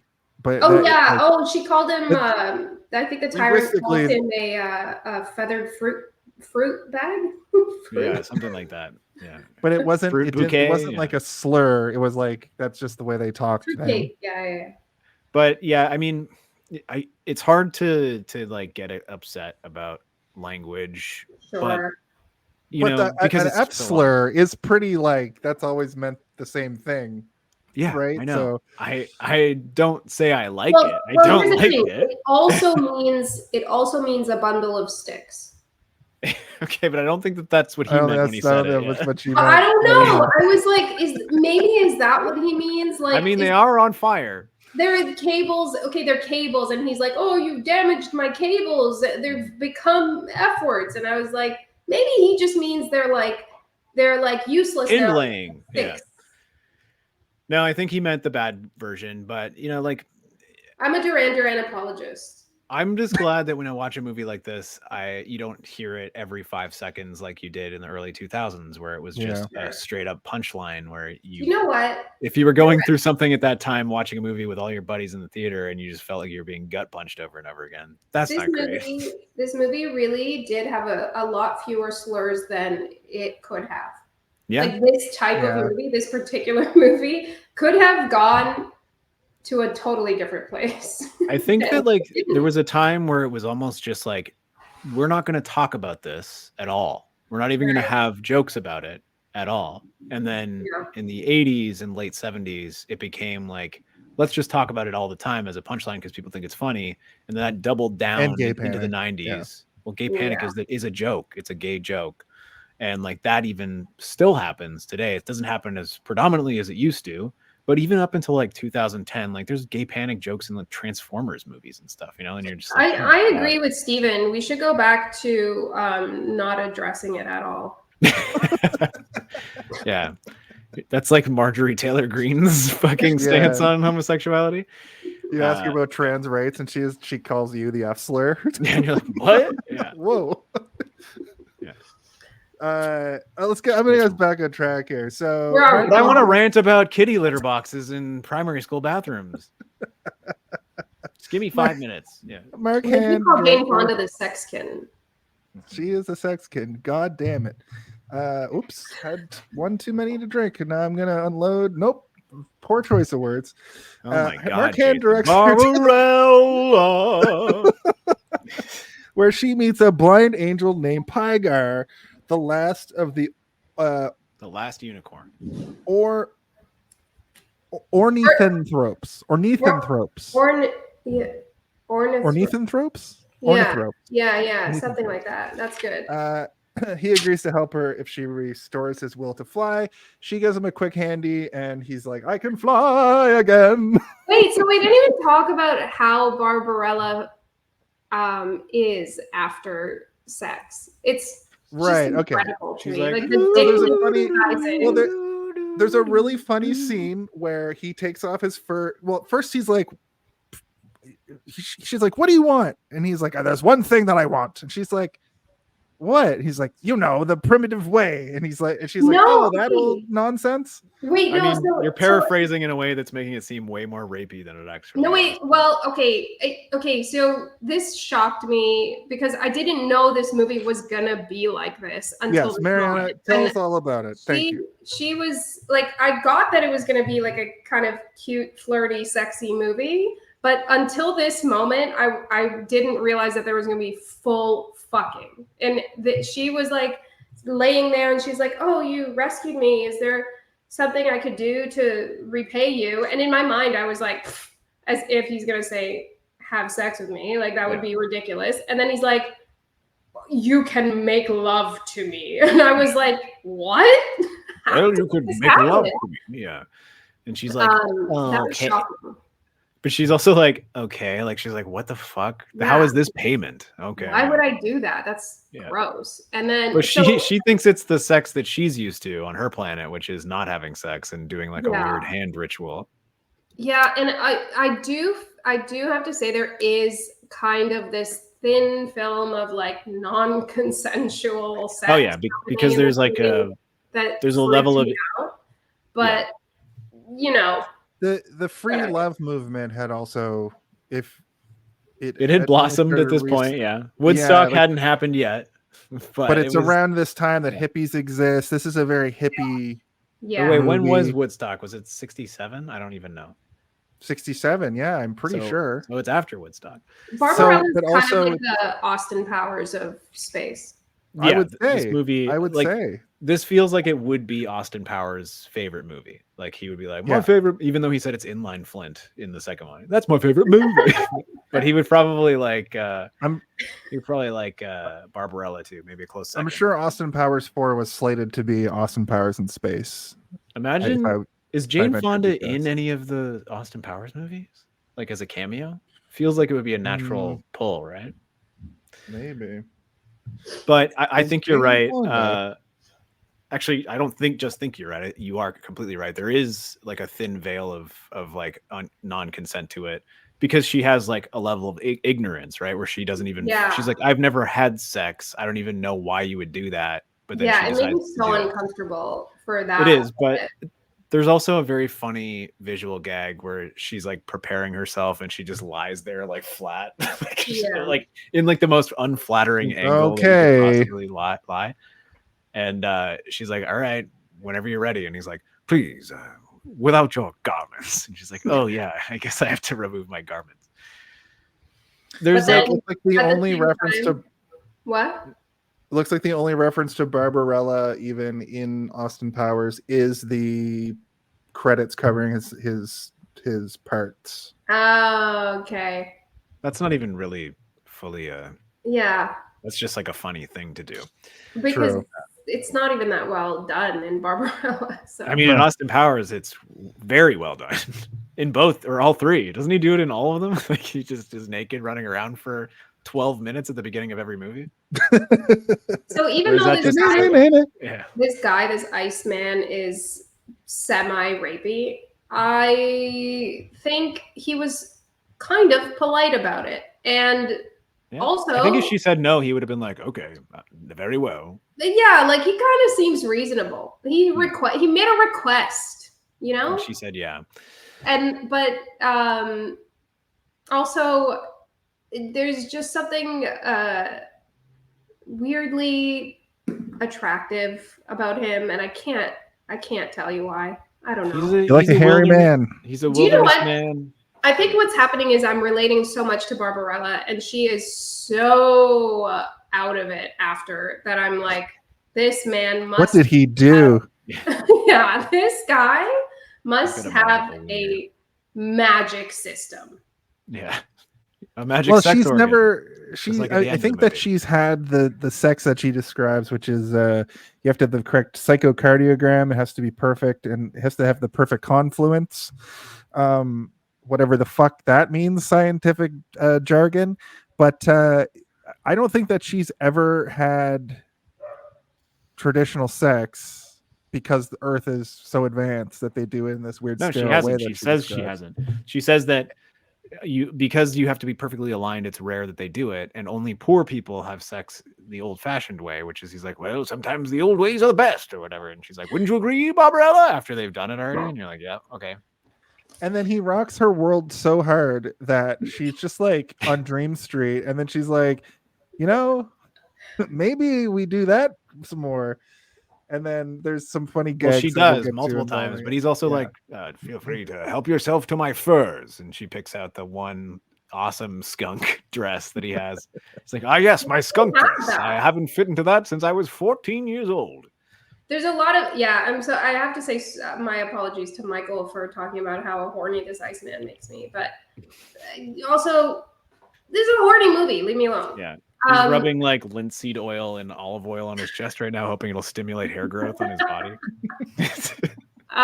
There is kind of a running thing in this movie too of people handing her outfits or like letting her put on an outfit, and they just happen to have the most insane Barbie-like outfit, just on the side. Like when after the sex piano thing, she's like, "Oh, could you hand me a garment?" And he just gives her this like beautiful little dress. Like, what? While he's like explaining his evil plan, he's very agreeably giving her clothes to wear. Yeah, that's very funny too. There's also a funny gag that doesn't really pay off, and it only happens a couple times where when she meets somebody new, she speaks French at them.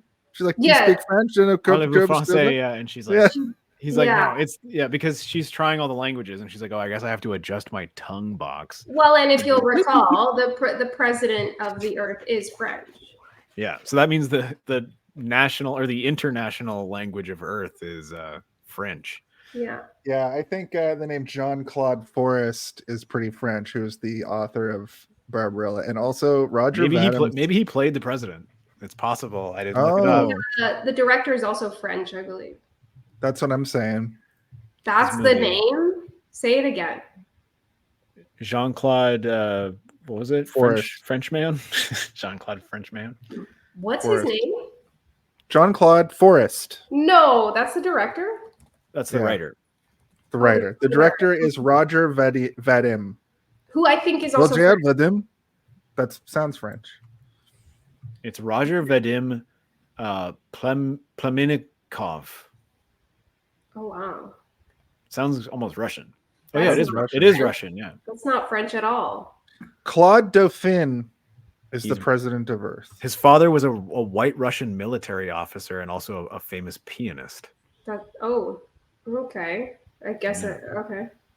So I would venture to guess that this movie is probably inspired by a lot of French cinema. Yeah. Based on how horny it is. Oh yeah. Jeez, Jason. Well, isn't French cinema kind of known for its like sexiness? Yeah. Horniness. Yes. horniness. Yeah, I'm this gonna was put it was the 60s. Everything was horny in the 60s. everyone was horny. Every free Everything love. was, but I think there was definitely a French influence. Yeah. There has to be. The amount of just focus on. This was the era when people were still like, I'm gonna make a black and white movie like 4 times a year. You know, there were still black and white movies coming out. I'm like, oh my god, people are really grasping to that no color. Yeah, thing. this is Technicolor. Nowadays, a black and white movie comes out and it's like art film immediately. It can't just be a normal movie. Yeah, right. Give it every award at cons. Or it's Sin City, and you're like, yeah, it's like, ugh, why does it look so this muddy? movie is hornier and more problematic than Barbarella. Where are we in the movie? We are at, she has just had sex for the first time. Well, goodbye and thanks again. ... for everything. Yeah, she does the double again. take. Yeah. We meet Professor Ping. He's repairing the ship. Barbarella and Pygar meet Professor Ping. Professor Ping is kind of like a spaceship. He's almost like a fawn, you know, like he's the one that made you the most horny. Yeah, he reminds me of a mythical creature, the fawn. He reminds me of like a satyr. Yeah, a satyr, like a creature who lives in the forest, who gives into carnal desires and loves drinking and revelry and sex and fun. He just looks like one in so many ways. Yeah. Do you know that little like glass that he's like? Oh yeah. What the hell was that? Hold on. That's an appraisal piece that you use to like examine diamonds and on his forehead. But you can stick them because they have like a little like suction cup, so you can put them in your eye and you can hold it there without having to. Oh, so he's just holding it there. He's not using it. He just sticks it up there to be like, I'm gonna keep it there while I do. And stuff. to do little tricks with. A satyr, I guess classically would have a large, exaggerated, permanent erection. Yes, he didn't, unless they just never showed him from the. No, but I just think it's funny that that is the character that made you the most horny, and you think he looks like a fawn. He does look also, like a fawn. When he puts that thing on his head, it's kind of like a. It is. You know, it's like a little wiener, a little horn, a little wiener. Yeah, it is. Oh my god, I didn't even think about that. Yeah, it's a little so wiener. Phallic. He's like the fawns. Hey. Oh boy. He's also sort of like a genius, I guess. Like he figures out how to keep everybody alive in the maze. He also discovers how to fix her ship.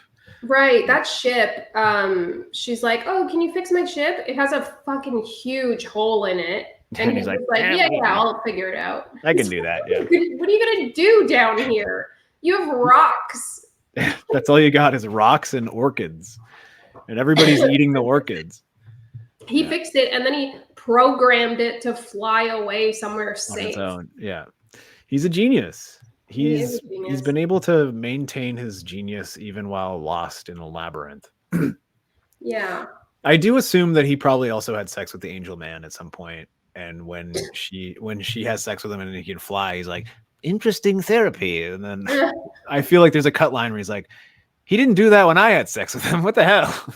And he's probably upset about it after. We have a thing for when you have a theory. That's my theory. That's your theory. Yeah. So yeah, we've kind of skipped over Pygar a little bit though. He's blind. His eyes were taken by the Night Queen, I believe. Yeah. He gives a story, there's a labyrinth below the City of Night. The City of Night's introduced. All the freaks live below. The Grand Grotesques. They introduced the Grand Grotesques, which are only shown for a second. It's a guy with like a green screen chest. Right. That felt like it was supposed to be something more, or like we were gonna see them again. No, just different freaks, just different Grand Grotesques. Yeah, I think this entire thing is like everything leading up to them getting to the city makes you feel like this is going to be an army to revolt at the end to take over. Yeah, it doesn't happen. Yeah. The guy with the hole in the chest is like, that was probably some sort of mind blowing effect the time. Like people were like, That's what it he's felt got a like. hole in him, but like it doesn't quite look like a hole. Like everything's blurry, like they're projecting it on him or something. It's like It doesn't look good, but you could tell that it was just like, look at this, pretty cool. You imagine the remake now as the guy turns and it's like clearly just a big chunk missing from him, and he's got maybe a couple other chunks missing, and you're like, oh man, this guy's withering away into nothing. And then it cuts to like some other guy who's like trapped in the rock with like a woman right in front of him, and he's just touching her breasts. I'm like, what the fuck? He's like, okay, baby, I'm okay to be trapped in these rocks as long as I get to squeeze your boobs for all eternity. Yeah, that's true. There's those weird rock people that are just like stuck out banging for all eternity, like you said. Pygar literally lives in a nest. He's an angel man who lives in a nest. And we get one of those weird cuts where it's like, oh, you live in a nest, and then cut to her banged, and he's like, I can see and I can fly again. Hold on. I know he can't see. No. we have to give the moment to Barbarella, because she says it's a nest, and he looks worried, and he's like, yes, and then she says it's marvelous. Like she's actually just like so happy that he lives in a nest, because she's like, what else was I thinking you would live in? And like her like absolute sort of like intrigue and love of the fact that he lives in a nest makes him so happy, where he's like, oh, I'm glad you like it. I'm so happy. Everyone else calls me a weirdo for living in a nest. They all just live in the walls or whatever. Can I ask, is Barbarella, are Barbarella and Pygar meant to be romantically interested in each other, or are they like just friends that fucked? I think they're just friends that fucked, and I think that Pygar is incapable of having a meaningful and substantial relationship with anybody. I think because he's a beautiful idiot who's like, of course I'll make love to you, and then you make love to him, and he's like, what do you mean we made love? I forgot about that. Yeah. When did that happen? That literally happens. But he says like Pygar cannot make love. Or angels cannot make love. Angels are love. Yeah, he is love. Right, but they did make love. They banged. Oh yeah, in that, because she wakes up in his like nest floofs, all like dazed again. But what he says is that he cannot be in love because he is love. Like, so he's just always so like he exists in a state of constant love of everything, right? So like even if you're torturing him, he'd be like, don't worry, I still love you. Like I love everything you're doing right now. He's just a sweetie. Singing. The singing is like, what is she singing? Is she's just making up, like she has like a feather and she's just like, yeah. It's so ridiculous. Yeah, Pygar lost the ability to fly, then he regained it back. No, he lost the will to fly. He didn't lose the ability. He just didn't want to do it anymore. Well, he says something about like, oh, one of my muscles is all jacked up. Yeah, atrophy of the whatever muscle, which I guess is just from not using it because he has no will to fly. Yeah. Oh shit! I was going to say something. So I wanted to say we touched on the fact that they're trying to remake this with Sydney Sweeney, and I'm going, are they just going to get Glenn Powell to be Pygar? Well, here's the thing: is that you keep talking about Sydney Sweeney, which I don't particularly care about. I'm more interested in the director, which is Edgar Wright. Yes, please. Oh yeah, that's gonna be an insane movie with all your favorites. Like Simon Pegg's gonna show up as probably Ping. Yeah. I was thinking, is he gonna be the organ man? Like Nick Frost is gonna be Dildano. I mean, it would be great. I think that Sydney Sweeney would be perfect. Well, yeah, of course. I think that, especially for like a modern take, I think that she would be a very good Barbarella. Yeah. I would have said, what's her name from Barbie not too long ago? What was her name? Margot Robbie. Margot Robbie, pretty good. Actually, I wanted to ask if you guys think that this movie had anything to do with Barbie, because Simon Ping. Sorry, go ahead. What were you saying? Because it's kind of a similar story. She's like, it's a very similar story. She's trying to like get back her kind of femininity through all these dumb men coming at her, and she's like, sort of. It's not really a similar story, super in like the plot, but in the sense that this woman is traveling to a different world to accomplish something, and I guess you go on this adventure with her. It is that kind of like template, I guess. But way hornier. Way hornier. Yeah, I think Barbie is sort of like the perfect example of like making a movie that can be stereotypical but changing and breaking all the rules to at the end of the day make something that's a very strong movement in the terms of like this movie is very feminist, whereas like this movie is not necessarily feminist, but if you look at it through the right lens you can pick and choose a lot of stuff from this movie that can be considered very feminist as well. And I don't know when the Barbarella comics started, but They Barbies started sorry, go ahead. but Barbies themselves must have been a huge thing at this point, right? Yeah. Oh my God. The Barbie episode, we had like a Barbie expert on and just knew every single piece of information about Barbie. But I think it would have been assume before the this. 60s were like big Barbie times. I think it was like a few years before this, but yeah, Barbie definitely, I think, existed. Maybe there was like a Barbarella Barbie. Oh my God. A Barbierella. A Barbarella. Yeah, Barbie but like debuted in 1959, so this is like peak Barbie until like the right. 90s. So it makes perfect sense to me why they would dress her up Barbie style and make her like, I don't know what the comics were like. I've never like, maybe that existed before. Yeah. But I mean, like, yeah. so that's one of like the very fun aspects of the Barbie movie is like the outfit changes and how it's sort of like a point of empowerment throughout the movie. Whereas in this, this could be used as an example of the opposite of that. But I think in retrospect, watching the Barbie movie, this is also doing the same thing and like showing different versions of Barbarella as she's going through the story. She changes outfits literally before your eyes because you could see her in a different light. I think it's like pretty smart and fun, and good. Yeah. So Barbarella, the comics exist before and go on till after. So the publication dates were 62 to 78, and the genre is erotic science fiction. So wait, so it started after Barbies were commercially available? Yeah. So this feels like it was fully for adults, and the comic books were probably, it's interesting too that Tim said this about how if there's more violence, there's heavy metal, because this next sequence where they're flying up to Sogo and they're like fighting ships, I was like, this is a heavy metal comic strip. Yeah, this part like I find very difficult to watch. Like it actually kind of hurts my brain watching it. Like my brain starts to shut down mentally. I'm like, I'm not processing what's happening. I'm not going to remember any of this, and I forget. I've seen the movie I think 3 times now, and I always the subsequent 2 times after the first time forget that this part exists because my brain actually just turns off because it's like the same angle over and over again of the bad guy ship just being like and like and I'm just like floating, and then they land safely. So like nothing really happens. They dip and dive, and this is like one where the movie really feels its age, where I'm not sort of absorbing what's happening because it stops my brain from operating. Same with the crash sequence at the beginning. I forget how long it is until I'm in it. And I'm like, how many more different lava lamps do we have to look at before she crashes the ship?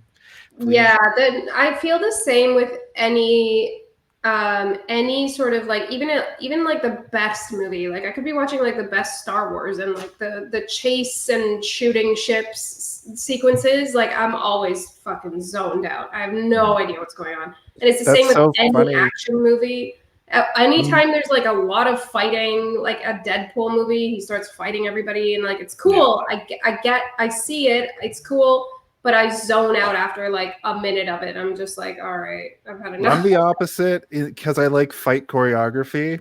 So Deadpool and Wolverine was like, and all the Deadpool and Wolverine, I like the actual choreography when it's real people. But as soon as it's CG spaghetti men fighting each other, I'm like, I'm watching a video game cutscene now. I don't care. Yeah. But it's interesting that you guys say that because my wife, through all of those, we went to all the Marvel movies together. She loves all that Marvel stuff. But she falls asleep during the action sequences. Me too. And she's like, wake me up when they're talking again. Yeah. Yeah. No, I feel the same. And I don't know what it is. My brain is just like, I think it's an overload. Like, I think like, it's yeah. I think it's just so much. It's like, I'm overstimulated and I just shut down. Like, my brain is like, I can't take in all this information at once. Like, I have the same issue, but I can it's only for specific types of movies. Marvel movies are a very good example because as soon as it starts to become a video game, my brain starts to be like, I don't care. I would rather play a video game than watch a video game. So like I start to slow down. But then I think of stuff like The Matrix, where the choreography and like people fighting is like so visceral and real, and you can see puffs of dust coming off of people, and I'm like, whoa, they actually are real people doing this, and I'm invested in it because I'm like, someone's gonna get hurt if you punch like that. But when it's CG stuff, it doesn't really work for me. And that's not to say that you're wrong if you like it. It's just like I can't focus anymore after a while.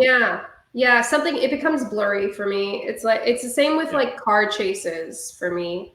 Like when when I go see a really long movie with long action sequences, and it's maybe a 3.5 hour movie, 2.5 hour movie, I like save I have to pee breaks where I'm like, okay, an action sequence is starting. I'm gonna go to the bathroom. Same. Yeah, I'm with you 100% on that. I did just rewatch the. I'm one of the people that is like, Dune is too talky. Get to the action. Okay. Sorry. I was gonna say I just rewatched the John Wick movies, all of them, and I was like, okay, this is an example of like action that is smart because it's taking you into consideration. It's not trying to be like, what is the coolest thing we can do? It's what is the most visually interesting thing we can do with real people to make sure that you don't want to miss the next thing. When real people are doing impressive things, you're impressed and you want to watch more. Where when it's Iron Man flying around with War Machine and they're shooting a bunch of fireworks at a rubber man, like I don't really care that much because I know that Iron Man's probably going to win. Yeah, that's a good point about the John Wick movies. They have their choreography is almost like dance. The way that he's fighting his way through like a nightclub.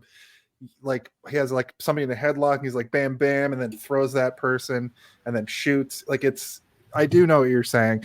Actually Michael said it like right at the same time. It's like badass ballet. Yeah. I think they try to do that with Deadpool too.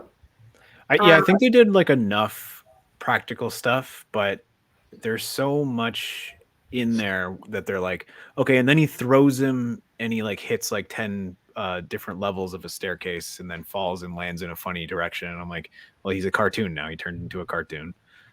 Which for me actually helps because I like whenever they slow it down and you really see the motion or like the thing that's happening, it helps me stay engaged in the fight sequence because like otherwise it really is just moving too fast and I'm done. My brain's done. Right. But like with Deadpool, like I haven't seen the John Wick movies, but everybody tells me that it's like this. I've heard this a million times, this same thing. But yeah, anytime they kind of like focus in on the actual movement itself and the thing, I can stay in better. Yeah.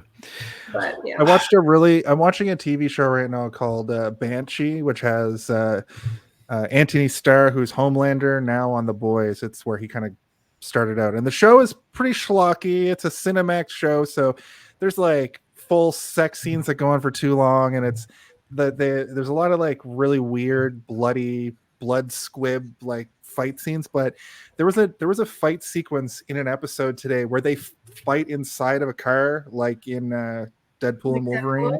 Yeah, and it was one of the most brutal like television fights I've ever seen. And all I could think about was how is somebody a fan of Banshee? Because you don't see a fight inside of a car very often. And they did it in this. Well, Jugular gets ripped out, which was pretty intense. I would like to get back to the movie we're talking about, but you're right. But hold on, the fight in Deadpool where they're in the car is probably the highlight of the entire movie in terms of action sequences. It's like funny, such a weird spot to have a fight, and they utilize everything in the car. It's almost a sex scene. I know. Well, I've heard people talk about that now as well. Like they're not fighting. Like they fight for a bit, but then the reason they're all tuckered out afterwards is because they did it. And I'm like, whoa, yes. I just took it as the fighting was the fucking because they're inserting their parts into each other. Okay, all right, Jason. Okay, we already talked about horniness. We don't want to get into a whole another discussion about it. You're right. Okay, Barbarella is captured by the concierge, who is Duran Duran in disguise. He straps her into the excessive machine designed to kill via pleasure. but she destroys it with her insatiable endurance. Am I wrong when I say it's a sex organ? Like it is an organ. No, yeah. it's brilliant. My brain didn't go there. I was just like, what is this sex piano? Like that's where the idea must have come up with, is like sex organ. They were like, it's like a sex organ, a literal organ that is having sex with you, and you know, that's again where the like the LSD man bong stuff. I'm like, okay, there's some real horny guy out there in Barbarella land who's like just coming up with these concepts. What if he's so hairy, but it's a suit, and then he takes off the suit and he's even more hairy underneath, like that kind of stuff. And before that, we're introduced to the chamber of ultimate solution, which I was like, ugh. Yeah, which is basically a suicide booth from Futurama. Yeah. Yeah. She gets thrown. Okay, so that's weird that it's putting that there, because she meets Dildano after that. Yes, a little bit after. Yeah, she goes into the suicide booth, and then it's giving her the options, and before they're about to take one of the options, the doors that kill you, they don't really tell you what is going to happen. It's just like, one of these will kill you, and everything is full of screaming. And then Duran shows up, and there's a quote that she has. I don't remember when, but at some point someone's screaming, and she's like, "What's all this screaming?" And I had to write it down. I think she said, "A good many situations begin with screaming." Yeah. I was like, "What?" It's just like Jane Fonda, like, what am I? It's just one of those. It's like another one of those sort of lines that they gave her to just like sound vaguely erotic, but you're like, what is that? Is she talking about sex? Maybe, I don't know. Yeah, maybe. I didn't even think about that, but more like just like, here's a thing that could be a joke, but is absolutely not. Like, here's a say it like it's a joke. Yeah, like it's a punchline, and people were like, everyone in the theaters looking at each other, being like, "That was funny, right? We're supposed to laugh at that." Well, yeah, that was funny. I think. I don't know. Yeah. There's a lot of those in this, but like even like Essence of Man, where I'm like, okay, like yeah. They fall so flat because they're just not jokes. They really are just like lines. They're just lines. It reminds me of like when I was a kid and I would watch a movie with my parents and they would laugh at stuff. And I would be like, why is that funny? And then rewatch that movie as an adult and be like, oh, I see. It's an attempt at funny, but it's still not funny to me, even like 30 years later. I'm like, were they just laughing because they knew that somebody put a tiny bit of effort into a joke? Right. So like, yeah, they don't process the joke though. It just makes me think that everyone's crazy or dumb. I'm like, is everyone crazy or dumb, or what's going on? I don't know. I mean, I feel like they built the Big Bang Theory on that premise alone. Yeah. So yeah, we can make crazy dumb people laugh at this. Yeah. I've been seeing a lot of clips of that. Like James Earl Jones was in an episode, I think, because he passed away yesterday. R.I.P. Best man who ever lived. I love him. But like his introductory line is like, "Let me guess, you like Star Wars," and then it's just Sheldon like nodding and like everybody like exploding with laughter. I'm like, okay. Yeah, the laugh track just like claps and laughs for 10 straight minutes. Jason, I know people love to think that those shows had laugh tracks, but those were real live audiences laughing because a little sign told them to. So it's like just like like it's even more horrible, I think, than like using a fake laugh track is having a live studio audience full of like seals, like live people clapping like. It's just like this groupthink thing. Just deliver it like it's a joke, and they will laugh. And they'll laugh. Well, they also punch it up with canned laughter, which is intense when you think about canned laughter. Some of it was recorded in like the 70s. So even in the 90s, when you're watching old sitcoms, those people in the laugh tracks died 20 years before. So the modern day sitcom, like these ancient ghost zombies, are still laughing it up. Ghost zombies. Oh my gosh. Maybe people that were laughing in the 70s were dead by the 90s. Potentially. Yeah, they all smoked cigarettes. They were dead. Yeah. If they were filmed in like if the canned laughter was filmed in like the 60s. By the early 2000s. Oh yeah, so there's no way they lived another 30 years. No. No. Listen, I saw that fact one time in the early days of the internet, and it blew my fucking mind. Okay. And It's a good it's fact. not really a fact when you call me out on it on my show. That's No, been our show for today. fact. It's a fact. It's a good fact. It's just Barbarella meets the Black Queen, or the Great Tyrant, She's who hot. has a sadistic interest in Pygar, who's hot and also is like pretty. I can't with that. This fucking Larry David pretty. Yeah, I'm like, did Larry David get this from this movie? From Barbarella. I can't. That bothered me. That woman was so hot, except for that. Pretty. I think they like needed to have her have some sort of affectation that would allow you to realize it was her, because her outfits were changing just as drastically as Barbarella's, but she's not in every scene. So you're like, is that the same person? And the first time you meet her, she has an eye patch, and then the second time you meet her, she doesn't have an eye patch. Yeah. And then her life is spared at the end. I've seen this movie multiple times, and every time I've watched it, I'm like, is that the same as the knife lady in the alley? And then like she's like, hello, pretty. I'm like, it is her. She's saying pretty again. Yeah, I had that same. She's that same also thought. super horny for Barbarella. I think she's just horny for everything. She's horny for murder. She's So in this movie, in this world, to be evil is to be horny. Oh, I never considered that. I mean, it really is, because like the people in this evil world, like we said, are not really that evil. Like, I guess, you know, in those back alleys, there were some shady characters, but for the most part, the people that are lying around the palace are just kind of like lazy and smoking man bong. Yeah, so it's like they're just laying around, and they're all kind of like weirdly sexual and like horny. So like, what's evil then? Is it evil to be horny? I mean, the queen herself murders several people, and you see corpses in the street as soon as you get there. So like, ooh.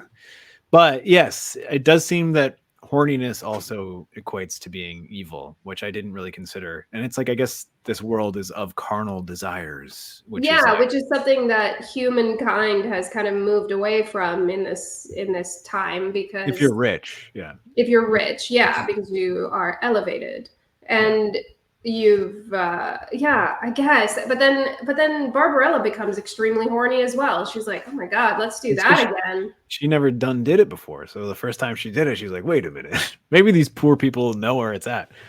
Yeah, I guarantee you there's like a weird version of sex in our actual reality that only really rich people do, that we've never even dreamt of. I guarantee you that exists. Like Elon Musk probably has some weird sex chamber that does weird things that we don't even know exist yet. It happens on like he has that Neuralink or whatever. He's like, this is the Neuralink X, and it is for XXX rated material. Then people are like, oh god, can I do this with someone else other than you? The thought of Elon Musk in any sexual situation is making me want to carve my brain out. Yeah. Imagine he showed up and he's wearing that fursuit and he's like, hello, Barbarella. There's that grotto in California that's supposedly run by like the real life Court of Owls secret society. The Bohemian Grove? Are you talking about Bohemian Grove? Yeah. What is this? But that's all men. That's all men that go to. But it's also like the elite. Yeah, it's like rich people go to like this it's almost like a summer camp for billionaires. Like a retreat, yeah. And they all go into the woods. You talking about Jeff Epstein's island? No, that's different. Although all of the Jeff Epstein people were definitely at the Bohemian Grotto in California. And I'm pretty sure that Jeffrey Epstein probably went to the Bohemian Grove. But yeah, what goes on there? They worship an owl, and they do like a bunch of camp games, but apparently there's a lot of weird sex stuff that goes on, even though it's all men. And they have like this big, and allegedly they sacrifice people. Okay, Jason. And allegedly they don't drink the adrenochrome of children. They have what is called an effigy, which, if you know what that means, it means it looks like a person that they burn in front of a big owl statue. I don't think that they actually sacrifice people, because there's enough information about the Bohemian Grove that if their people were being burned alive, they probably would have figured it out by now. I don't know. The Wicker Man was a documentary, wasn't it? Was it? This feels like a Fern Gully situation, Jason. Allegedly. No, listen. I know that it's on paper, it's probably on the up and up, but it is, the elite billionaires. And Steve Anyway, did just it's bring like up the fact that it's a gross, weird thing that rich people do that none of us will ever be able to see. Apparently, Alex Jones tried to sneak in there once, and he was like, I went in there and everybody was trying to fuck me. and we're like, okay, Alex, calm down. Nobody was trying to fuck you, buddy. Anyway, yeah, it's a weird. Donald Trump's been there. It's a weird summer camp for rich people and elitist people, but Which this, to bring it back to this movie, is what the lady emperor's whole vibe is. Yeah. I bring my sexy weirdos up here and we do weird sex games to each other. We got this murder device. It's basically a gas chamber. Yeah, Luckily, Jill Dano she captures the angel guy and then crucifies him. And Barbarella had snuck a gun into his pants, which I was like, when they showed that, I was like, what? Why would you do that? And then I guess she had the foresight. She's smart, man. She knew while they were flying through the air, I gotta hide a gun in this guy's pants. I do like that when she's gonna come in handy. Yeah. When she's hiding it, she goes, excuse me, just like shoves it right in his dick area too. Like he's like, oh, that's cold. She knew that was gonna come up later somehow, and boy did that pay off. This evil lady crucified him and then just had him around as like a sex toy. Like what was that what that was? It seemed like she was just trying to torture him for the sake of it, but also using Barbarella as a tool for torture in terms of like, I don't know, like the idea of the idea of her is fresh in his head, so she's like, I need to use this as a tool. Like, what is it like to love him or love her? Yeah. She was asking like, what do you think about when you make love to Barbarella? And he's like, I am love. I don't think about anything. It just oozes out of me. And you're like, oh, angel is love. Yeah. And yes, Dildano is for sure a dildo. Dildano is absolutely a reference. Let's get through this Dildano scene. She falls down into Dildano's cage dome area underneath the murder machine. He reveals that a lot of tubes coming in and out. Some people come in head first, some people come in legs first. I was like, what the fuck? He reveals to her that there's like a rebellion against the great tyrant. They do like a weird sex comedy moment, I guess is the best way to put his it. Hair sticks up when he's like, yeah. She's like done early, which I think is a joke, where she gets what's hers, and he takes forever. And then when her hair goes all smoky and curls up like your toes would curl, and then when she goes back in, she looks at the camera. She's like, "Oh, right, he's not done." And when he finishes, did you see the little like gust of smoke shoot out of his finger? Yeah, his hand started smoking. Yeah. And then there was like a little. I assume the joke there is that like women usually are like left in the wake of the man's orgasm, and this guy's like sitting there being like, please, I need to finish or I'll die. And then I thought it was really funny that while she goes to like he's like, you could put on the clothes of the rebellion, and she's like trying on clothes, and he's like fixing his hair back up, and she like keeps poking out. She's like, I don't really like the red on this one, and then she ends up wearing like a one breast outfit for a while, which that's my favorite outfit. Which to go back to the question from why does he have that? That's what I'm saying. Like all these guys have these weird ass girl outfits like that are just ready to go in case a woman comes in and needs to change. I mean, maybe Dildano is wearing that on the weekends. Who knows? Well, it should be noted too that she sits down and she's like, okay, I guess we're doing this. And he's like, no, that's a savage way to do it. We do it the Earth way. She's like, but we're on this planet. And he's like, listen, I don't need those primitive ways. We can do it the Earth way. And then she's like, oh. That's to show that Dildano is a respectful gentleman, I guess. But also that's true. But she's been getting dicked down for the last like couple days. Yeah, she wanted to do it the old-fashioned way, but he was like, no, we can't do it that way. And like, I don't know. I guess that's supposed to make you be more endeared to Dildano. but he looks like he's never done it the new fashion way either. Like maybe he should have done it because he looks like he's in pain. And then it takes the rest of the movie for him to get his hair back down. He never fully gets it back down again. No, he's got that weird sort afro. of sweetly innocent. That's why I like him. He's got this sort of like he's just trying to be good, like in everything that he does. Yeah. He's not much of a leader of a revolution, I'll say. No. He's a fucking he lost his invisible key. You would think he would take very good care of that invisible key, but he let his ADHD take over. He keeps bumping into stuff. Like he's kind of dumb. Maybe he's never met somebody as beautiful as Barbarella, so he's just nervous around her. He's like, oh my god, I have to impress and the murder machine she was in was the birds, the parakeets attacking her mercilessly. We forgot to mention that. Right. That's what led her down to. She falls through a trap door that. He opens like a trap door underneath and saves her. I assume the whole city is full of trap doors everywhere and tubes that like suck you around all over the city. Death by budgies. Yeah, and apparently, what budgies would do to you? Nothing. Like nothing. They're just flying. I mean, enough budgies, you're dead. Enough budgies, you're dead. Imagine if the Alfred Hitchcock's The Birds was just parakeets and budgies. That was the first draft. It was called Alfred Hitchcock's The Budgies. And somebody's like, Mr. Hitchcock, I know you're a horror genius, but crows. Yeah. What if we just make it all birds? He's like, yes, true. That's a good idea. I have a question. Impressions. Yeah, that's one of the draws of the show. He does micro impressions, like one or two sentences. I don't know. That was a pretty good full-on Alfred Hitchcock impression, I think. That's true. Yeah, I wasn't being sarcastic. Jason Phillip, star of Barbarella. Goody. Del Dano gives her a device to stop time, allegedly, but that's never paid off. What? What is it? To stop time? Yeah. What? Apparently. What? No. I missed that. The plot to overthrow the Great Tyrant, or they plot to overthrow the Great Tyrant and escape the city.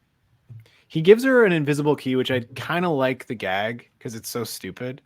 Where you're like, okay, he opens it and she's like, "There's no key there," and he's like, "It's invisible," and you're like, okay, the gag is gonna be that he lost the key, and then that's exactly like it's very predictable, but like everything about it is pretty funny. It's quite slapsticky. Where then he goes to grab it and he does like the over exaggerated like, "Oh fuck, where's the key?"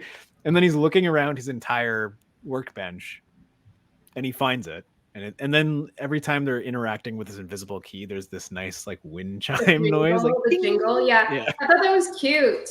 Me too. I like that. And I like that he's trying to tie it around her neck, and he's like, "It's hard to tie because it's invisible. I can't see what I'm doing. I'm sorry." There is something that's very cute about Dildano. Like he is basically just a dildo, right? Like she's just like, I just want to use you like a dildo and like leave you behind while I go on to my rest of my adventures. Yeah.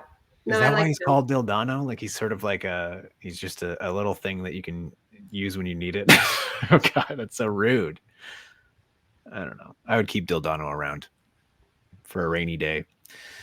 Yeah, I'd put him in my nightstand. I would keep him in my nightstand for a rainy day. I was very upset when he got vaporized. I was like, no, what the hell? They just like really just killed off all those people instantly. All those people that we came to love. They kept around the evil empress who is really shitty and like the dumbass angel who's hot. Yeah. Like, okay. She has no redeeming qualities whatsoever. She never did a single thing to redeem herself. And then the angel guy is just like a vapid idiot. Yeah. Nothing. You're like, okay, he's also sort of unredeemable. Like he's just hot and like nice, but like he's not nice. I guess the evil empress, she did destroy the entire world in order to save herself.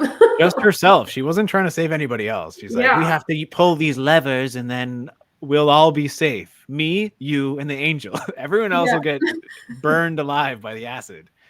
The madness. Yeah. And like when I think about it even more, the angel guy, like imagine you got married to the angel guy and you went to work and then you came home and you like came in and you're like, and he doesn't work because he's like, I can't hold down a job because I can't remember how to do it when I go to work. So you go home, and then you're like, "Did you defrost the chicken like I asked you to?" And he's like, "What's a chicken?" And you're like, "What the fuck, man? That's all I asked you to do is take the chicken out." And he's like, "I don't even understand what you're saying. I'm gonna go stretch my wings on the balcony." And he just like goes out there like stretching his wings. You're like, his ass is so nice though. So the Mathmos is kind of like the Force with like powers. I thought of it more like the Nothing from Neverending Story. Okay. Well, but it's a lake. It's like a lake that is underneath this city that powers it. And it feeds on evil thoughts? Yeah, Duran Durant describes it as a life force that's living like you or I, but it's liquid, like a liquid life force that can and it absorb eats you. evil. Do you know what that's like? What? The live stream in Final Fantasy. Oh 7. my god.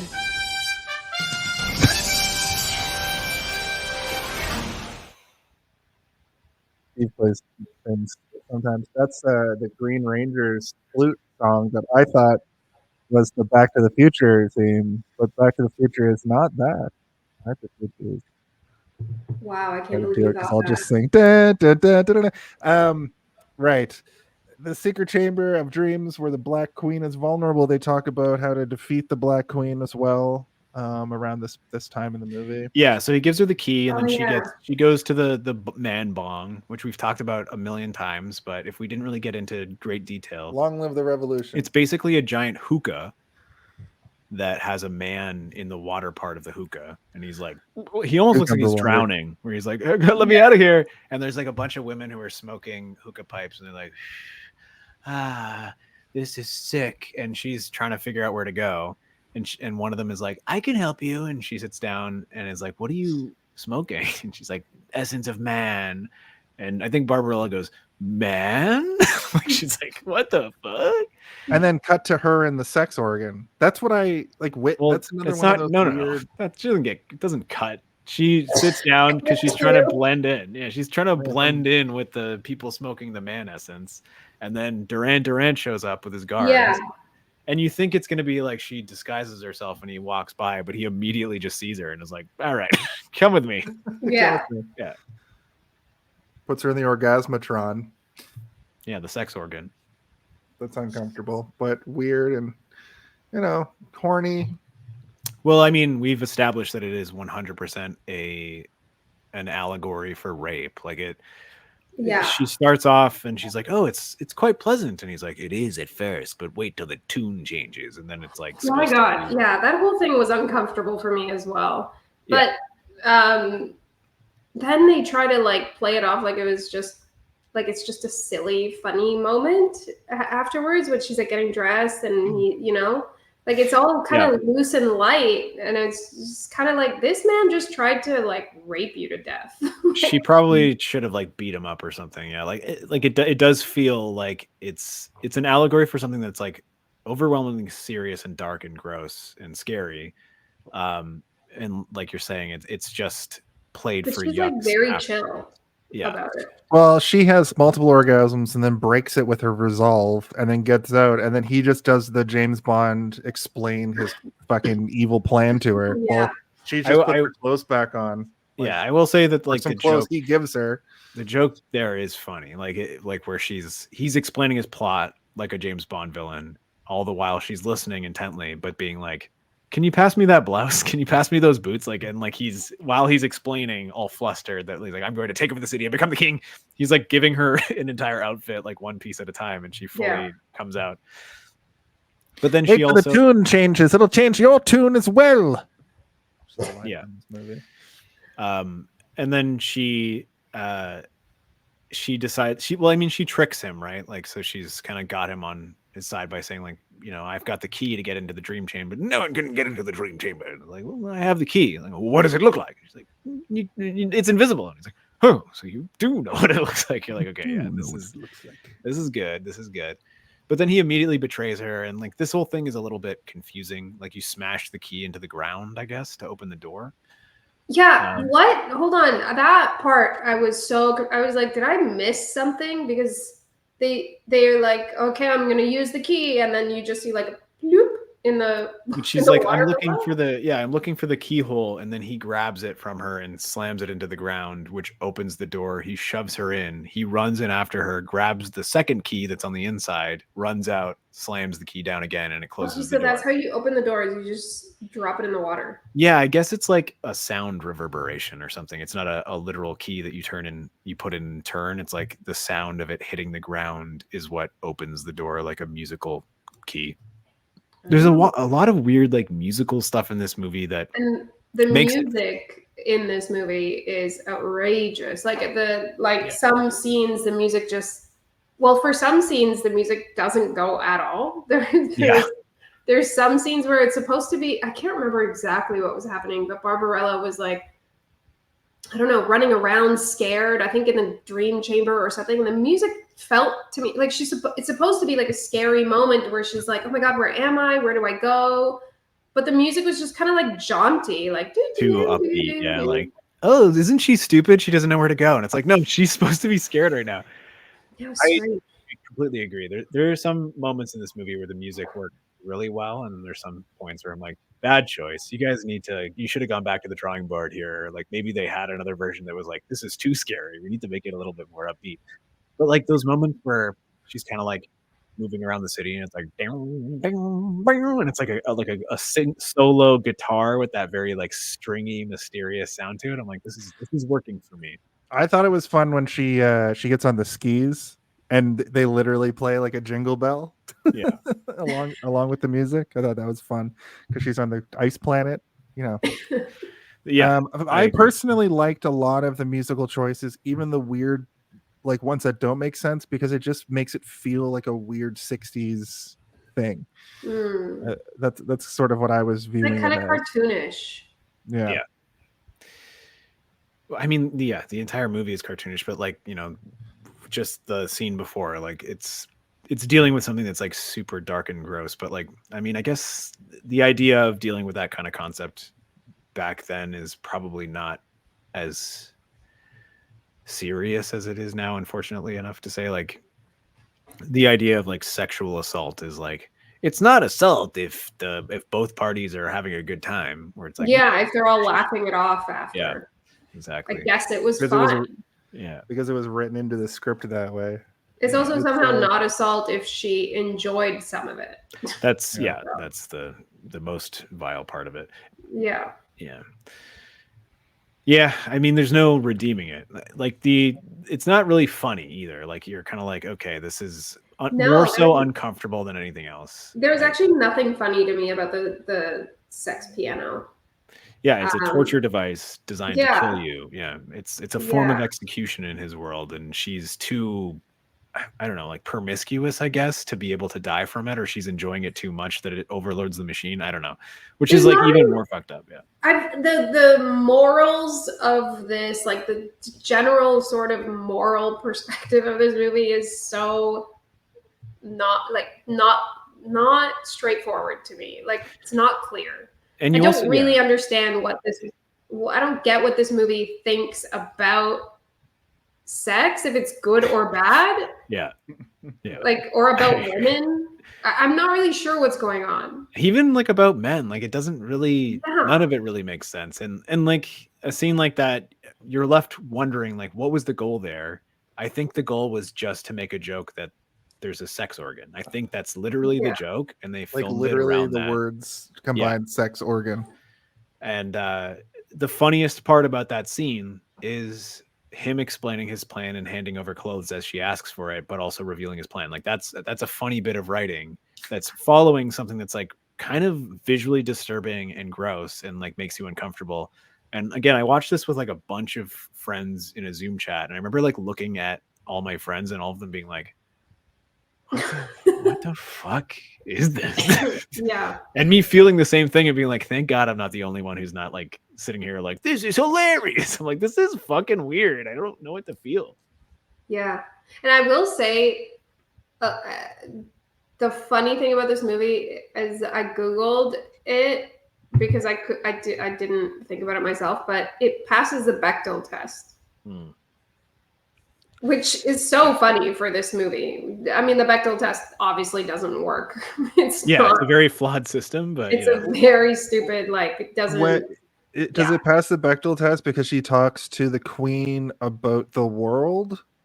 Because there are two women, and they speak to each other for I guess, I don't know if there's a time limit on it, but they speak to each other. That's always been my question with the Bechdel test, because I didn't hear this movie doesn't pass the Barbarella's. Bechdel test if it has to be some sort of time limit, or like they never talk about a man, but they definitely have a conversation about like lore about Sogos. So if that's the case, it technically passes. I think that was the starting statement, is that it technically passes. But also, like we've said before in the past, the Bechdel test is not a perfect test. And I think even the person who invented it is like, it's a flawed test. Like, never. Yeah, it's a concept. It's not like a don't base all of your theories on, you know, if a movie's a feminist masterpiece or not. It must feature at least two women, and they must talk to each other, and their conversation must concern something other than a man. It doesn't say anything about timing.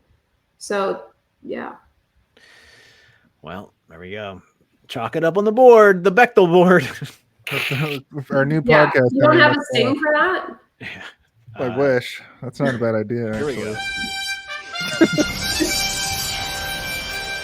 Bechdel test.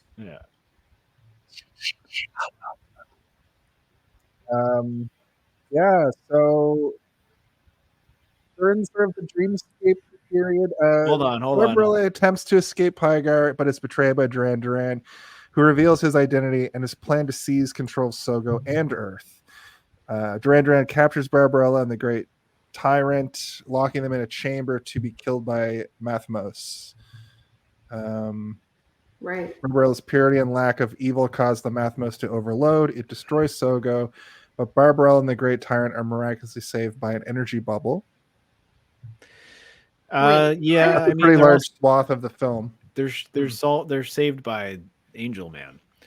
No, but before that, when they're descending in that thing, and then I think that the evil is like realizing that, like, oh, gross goodness. Yes, they said that the evil Empress lady said that you're so good. You made the Mathmos vomit. Yeah, it doesn't want to eat you. It would rather shit you out. Yeah, like it doesn't want to eat you, so it vomited because you're so good. And then she's like, "Oh my god, it's the angel guy!" And she's like, "Yeah, I threw him to the Mathmos too, but I guess he was too good too." This is an example of a movie that it happens pretty often on this show, but a sprint to the end where you think there's going to be so much more, and then it just is a guy sitting in a hairdryer. He puts on the hairdryer that you were talking about at the beginning, and he's like, fire, and he just dies horribly in a fire while he kills all the other secondary, tertiary characters. Yeah. And then we end with Angel, Barbarella, and Evil Emperor, and they're on the top of a mountain, I guess, and then it's like Barbarella. I was shocked when the movie ended. I was like, what? No, that can't be the ending. Yeah, there needs to be more of this. Yeah, I mean, like, it's well suited to have like a sequel where it starts like a John Wick 2, if you will, where it starts right at the end of the last movie. I'd watch it. I'd watch Barbarella getting rescued by the French president or whatever, being like, "Bonjour, Barbarella, I came to rescue you." Yeah. Oh my god, Barbarella comes back to Earth and brings back old-fashioned sex to everybody. Yeah, and the emperor of the other planet is there, and the angel, and like, you know, they have to work together. But then maybe the evil empress like gets so into like the nitty-gritty of the poor people of Earth that like she starts to form her own revolution there and be like a weird sort of dictator on that level, and starts a revolution. And then it's, you know, she's back, baby, and Barbarella has to fight her. I found a rare picture of Duran Duran. Hope you guys agree with me, but this is a rare photo of Duran Duran. Oh boy. This is what he looked like to me in that final segment. That's Ivan Ooze from the Power Rangers movie. I thought that his costuming looked like Ivan Ooze from Power Rangers. I would agree. I liked it though. I thought it was a very good purple costume. It was very Final Boss. He looked like a dick. Yeah. because he was being a dick. I mean, even the actor kind of looks like he could, if he got transformed into ooze, he would look like that. Yeah. I'm Ivan Ooze over here. I'm Ivan Ooze over here. Best villain of my childhood. I honestly don't remember what Ivan Ooze sounds like, but I remember that he would spit and like crows would come out of his spit. That was like the one thing that I remember him be like, his like putty. He had like his own version of putties that were his ooze from his body. But they were like crow people, weren't they? Yeah. Yes, actually, yes, you're right. Yes. Yeah. Marianne, did you watch the Power Rangers movie from 1996? No, I haven't seen any movies. I've only seen Barbarella. I tried to tell you that. Spoilers, I'm going to invite you back on this show. So through this show, you will watch many movies. Wait, I did good enough. I did well enough on the show that I'm allowed back? I don't normally give you're welcome to come back anytime until the end. So spoilers. Gee whiz. Yeah. Wow. I didn't realize that this was kind of an audition for the next time. Jason treats every interaction he has with any human being like an audition for something. It's true. You got the gift of the gab. I just like that term. So I guess that's pretty much it. I thought it was hilarious that he's just firing off lasers. He vaporizes the other two man heroes, which I think might just be like a metaphor for like, I don't need no man. But we lose. Really? Yeah, I didn't see it as that. I thought it was just they're like, we need to wrap up some fucking loose ends here. Yeah. Get rid of Ping. Get rid of Dildo. That is how I saw it too. It was just like, how can we just end everything at once? Yeah. Vaporize everybody. Laser. Yeah. It's funny though, because it's like, for how it has a happy ending, not having those two characters who were pretty pivotal to the plot. I mean, in a good movie, the fur man, the child catcher, all the kids, Professor Ping, Dildano, all of those people would have been leading a revolution through the city while Barbarella was having a final standoff with the Empress on her side. They would have like girl powered together to fight Duran, and it would have been like a crazy fight in his chamber while he's like activating levers and being like, I'm going to destroy everything. And then like they would have, been fighting him while there was a war happening in the streets. I'm sure that there was a version of it and they're like, we can't do it. Just vaporize everybody. And then the angel saves them. That's what happens. That is what happens. And the woman tyrant, who I guess helps at the end, is saved along. They fly off into the credits. Well, yeah, in the ideal version of the end, she's been helping Barbarella slightly throughout the movie, right? Being like, I like going down and murdering people just like the people that live in my city. Bleh. But like, you would have had a moment where there was a reconciliation between the two of them, or an empowerment between the two of them, and they would have been working together, and the audience would have then been fully on the side of the bad guy. You know, when like a villain becomes a good guy in a movie and you're like so fucking excited because you're like, dang, that's a bad guy working with the good guys. I love this shit. It's called a face turn in professional wrestling. Isn't it called a heel turn? I thought it was called a heel. No, heel turns when you like turn your heel to the good guy. You turn your back on somebody. Oh, so it's the opposite. So you're a good guy. Baby, when you become a baby face, you turn your face to the audience and say, I like you. Oh. So it's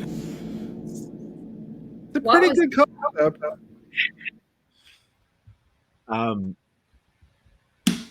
Goes. Oh. Is that real? Wait, is that real? Did you just make that I was reading that like, oh, she's going to Australia, Michael. No, what I believe. No, I took that as that she becomes evil. Like she becomes the bad guy, but going underwater, it would be like in the ooze of the whole planet. That'd be cool. I have a fun fact about so Marceau was referenced earlier in the chat, and I didn't realize that Ping is played by Marcel, who's a famous French mime, and the reason why he's so talky in this was sort of an in-joke. In his mime world. He's a famous mime. Wait, what? Dr. Ping is played by a famous French mime / actor named Marceau. And the reason why he plays sort of a soothsayer, like wisecracky, like loud kind of guy, it was an in-joke because he's always a mime. A mime traditionally. Wow. Milo O'Shea. Oh, that's cute. Duran Duran music video. That's cool. That's cute. Apparently, Barbarella Goes Down is real. Yeah, according to Michael here. If Wikipedia is to be believed. No, it's real according to the internet. The whole internet? The entire internet is talking about it. They can't stop. They can't stop. Everybody's talking. Speaking of we're being preempted right now by the presidential debate. That's the only reason we don't have more viewers right now. Okay. Donald Trump. Yeah, Donald Trump and Kamala Harris. They're talking it out right now. Or we'd have hundreds of millions of viewers. Damn. Well, Steve's away for a sec. Do you have any fun facts from this list? I think we're looking at the same list that you'd like to let us in on.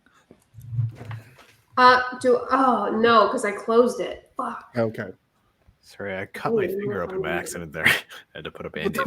What are you doing over there? I was making a stencil today for I'm painting some miniatures like a fucking nerd. And I was playing around with the knife while we were talking. I accidentally cut my finger open and realized I was bleeding everywhere. Barbarella goes through 7 different costume changers throughout the film. That's a fun. I'm obsessed. It feels like more, but yeah. I mean, I guess it doesn't break the record of Clueless, which was I think 17 or something crazy like that, and Barbie I think was less than Clueless, but like still higher than this. It does feel like it, but like it also feels like in this movie they use it as like a device to move from plot point to plot point. Like every time something major is happening, she has to have a different costume on, which I like, and I kind of wish they would do that more in like not just movies that are about like beautiful women, but like superheroes and shit, like Iron Man. Like make him have a bunch of different Iron Man like he's Tony Stark, he's got a bunch of Iron Man suits. Let him wear 7 different Iron Man suits throughout the movie. Like I like that kind of shit. There's an equivalency to like 12-year-old boy me that would love this kind of shit. Like I remember being so excited watching Batman and seeing Batman have a new type of Batman vehicle. Like he's in his car and then he's in his plane and then he's got a bike and he's got like I would just get so jazzed up for it. And like even the bat suits, like it's the same thing, man. It's the same shit. Do it more often. Why don't you? And I agree. Yeah. I love it. For a long time, they would like the studios would be on directors and writers of movies like this for like the little boys of the late 80s and early 90s of the Batman movies to be like, Batman's got to have 4 different suits because we've got 4 different toys made. We need to make it toy.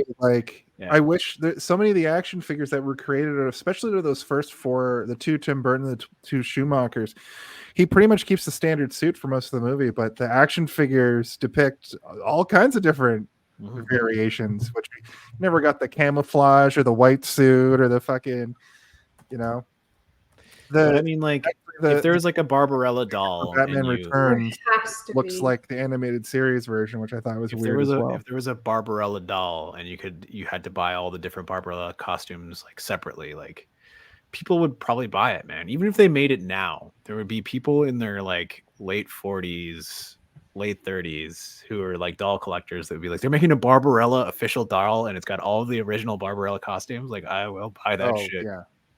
Oh my god, I googled is there a Barbarella Barbie and I ended up on the Mattel community forums where somebody popped up immediately like, what's your question? Like there's someone waiting for you there.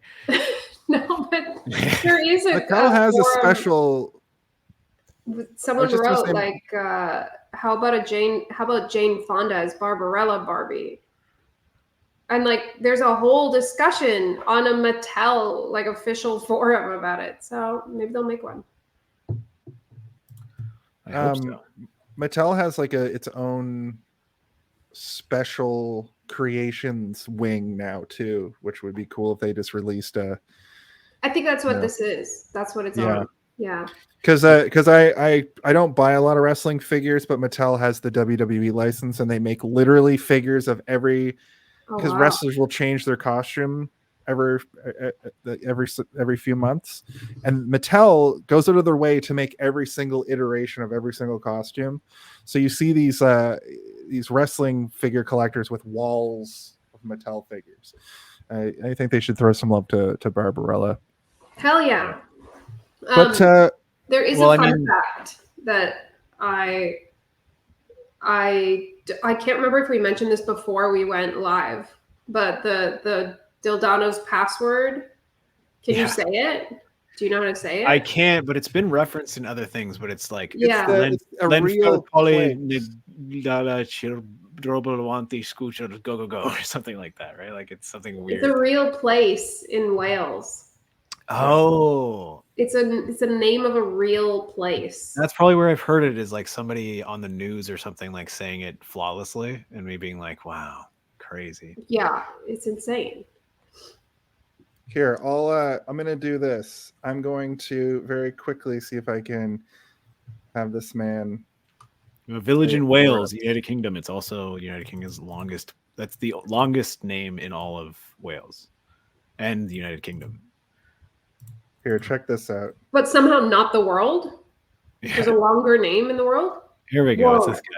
This is where I've heard it. Yeah. Across the UK, just 12 degrees over coastal parts of eastern England with cloudy skies, but in the sunshine in northwest Wales at RAF Mona, just up the road from Llanfair Pwllgwyn, Gellgogera Quindrobol, Llantysilio Gogogoch, the temperature got to 21 Celsius at 70 in Fahrenheit. What the hell? Yeah. That guy has a brain bigger than all of us put together. That's all I heard. Oh you didn't hear go, go, go at the end? Wow. Cool. Should we talk about the Home Alone of it all? I don't know what that means. Michael tried to explain this to me earlier, and I didn't understand. If you had to pick one, what do you think the Home Alone of it all? Is the Home Alone of it all? Can someone please tell me when the Home Alone? I really gotta know. When is the Home Alone of it all? What is the Home Alone of it all? Now that's the Home Alone of it all.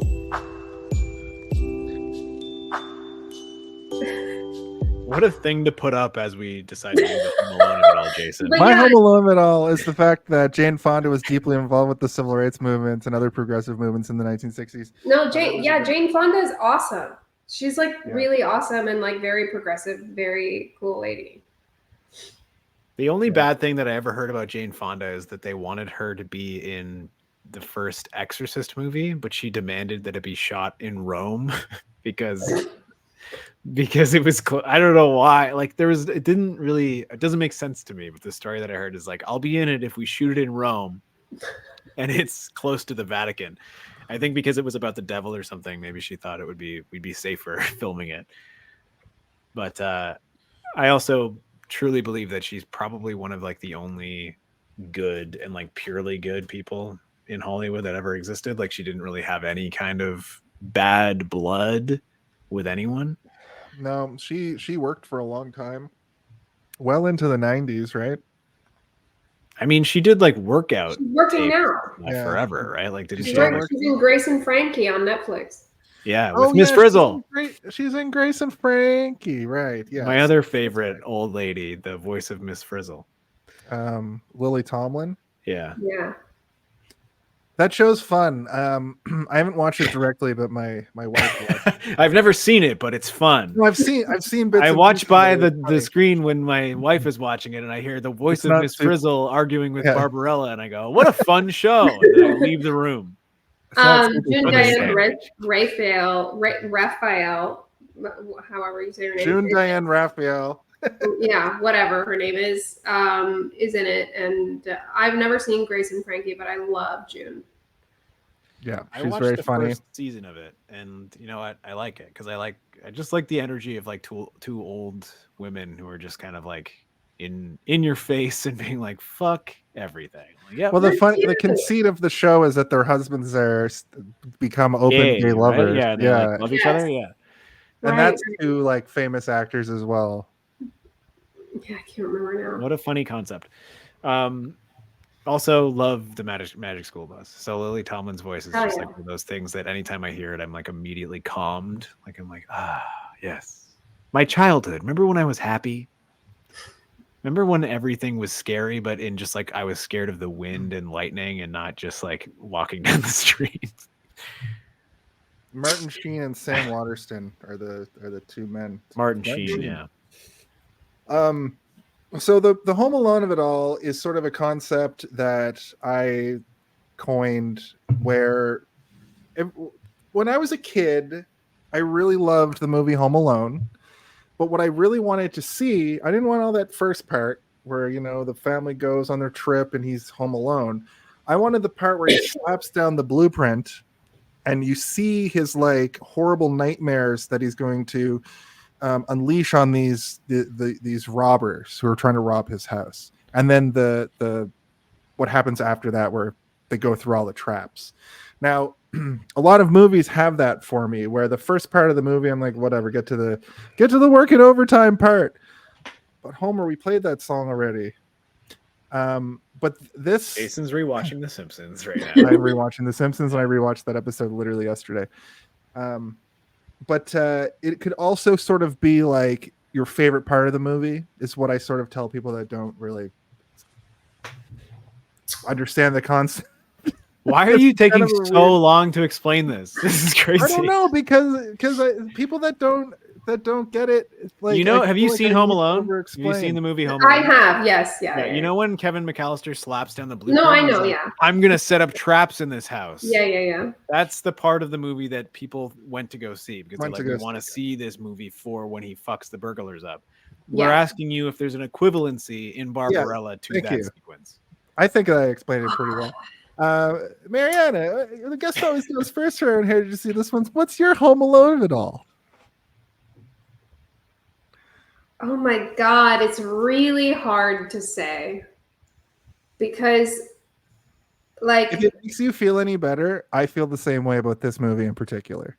yeah, like there isn't really that turning moment for me in this movie because actually some of my favorite parts of the movie are at the beginning.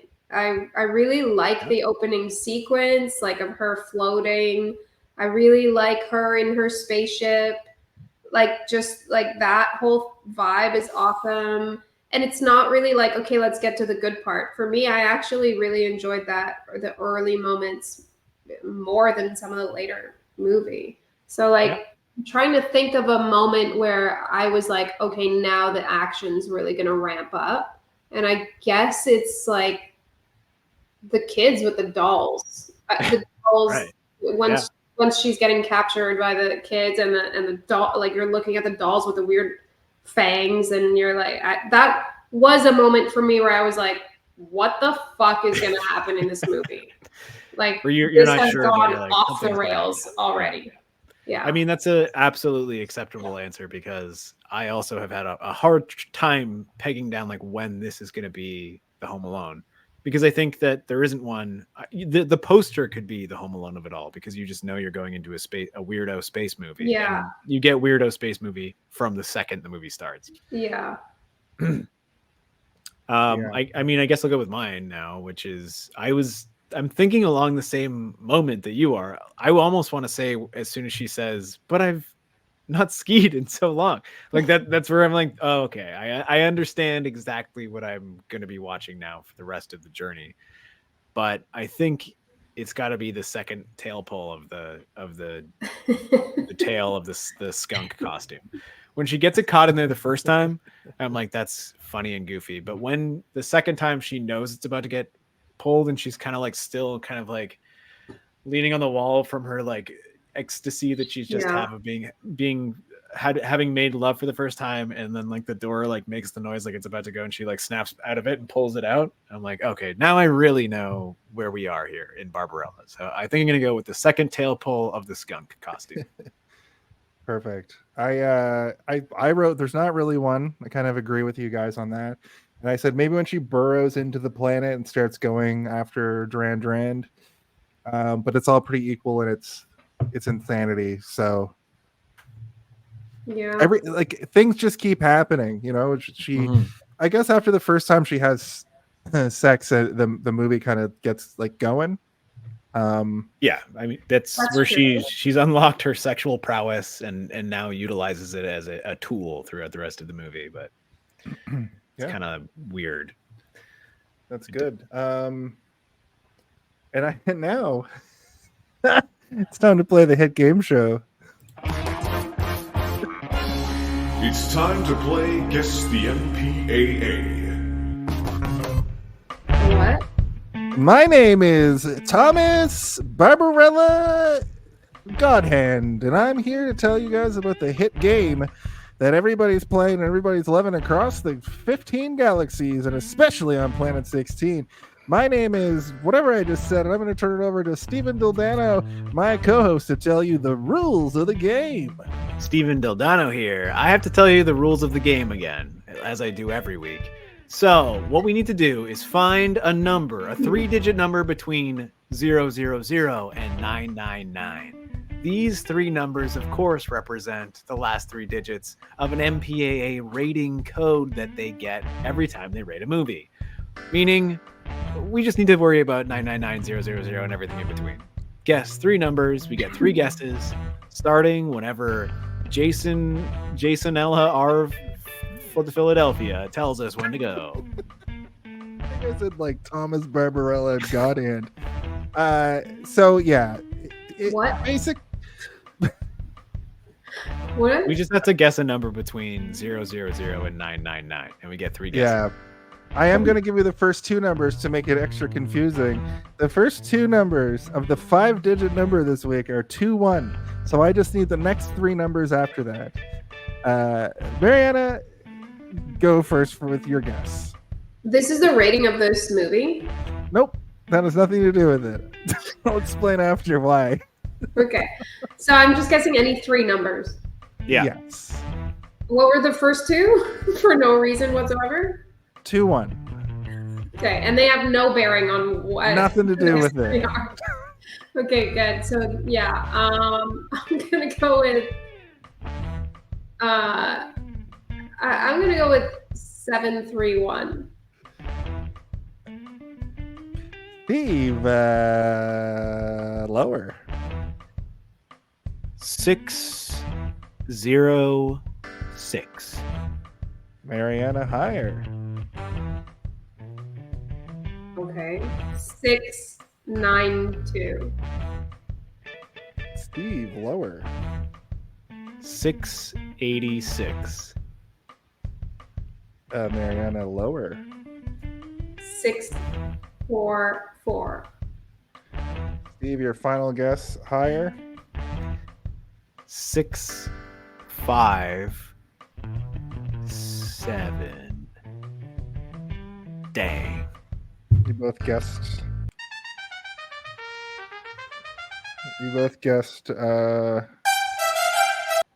No, that's the. Where's the fucking? Okay. No, the MPAA rating number this week is 21677. You guys are very, very close. Congratulations. For us not getting it. The MPAA, everyone. The MPAA. Okay. Wow. So just for a little context, that's meant to be a hilarious disaster like that. We included it because we used to just say what it was, and I wanted to keep that, but it just caused this panic, and I think it's funny. You used to say what is the MPAA? So the MPAA, every number that's been rated by the MPAA, like the rating, like rated R, rated PG, okay, has been officially given a number by the MPAA. So by the 60s, they're in the 21,000s because movies have been around so long. Right now, we're up in like the 80s, the 80,000s. Okay. Yeah. So it's just the number in which it was rated. Yeah. So it's like you were the 90,000th movie to get an R rating out of all the movies that have ever been rated between G and M or whatever, or not M, X, I guess. What is the rating of this movie? I mean, it's probably R, I would assume, because it's got R? Well, I mean, for the 60s, yeah, because like there weren't a bunch of letters. There was like GR. It was like either it's safe for kids or it's not. Maybe we should have people guess also the rating of the movie. Yeah, it'd be an easier game. Yeah. It'd be an easier game. But thank you for playing. We're just about already here. We have one more thing we like to do, and it's called Hey. It's time for our final thoughts. Jason, you IMDb always make me says feel like PG. sometimes you'll just pause for a long time. I'm like, am I supposed to press it now? And other times you'll be like, hey. And then you're like, did you see that? And I'm like, I don't know when to press buttons. You're very unpredictable. It's hard. Yeah. It's hard. That can't be right. It's a PG. Well, you're getting better. I used to do the sound effects, but Steve was like, I'll do them. And I was like, That's okay. not how it went down. Not how it went down at all. Anyway, now we give our final thoughts. Barbarella, how about you go first? Yeah, the guest always goes Me? first. Yeah. Yeah.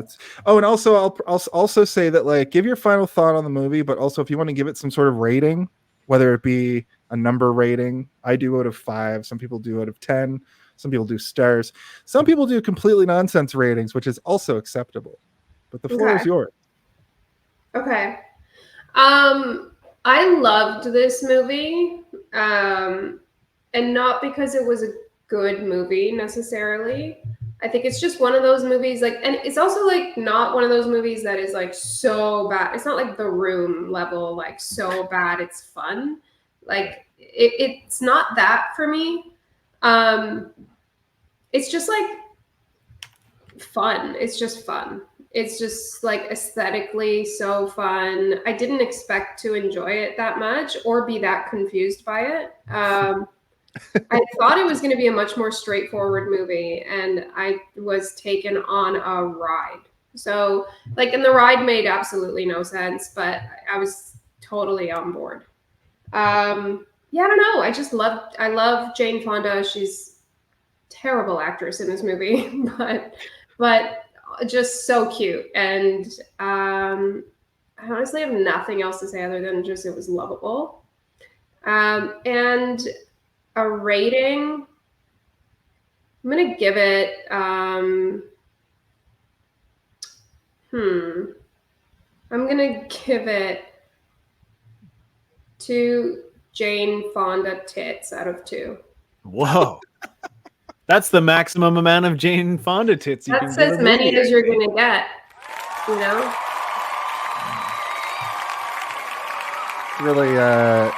Really perky rating you gave it there.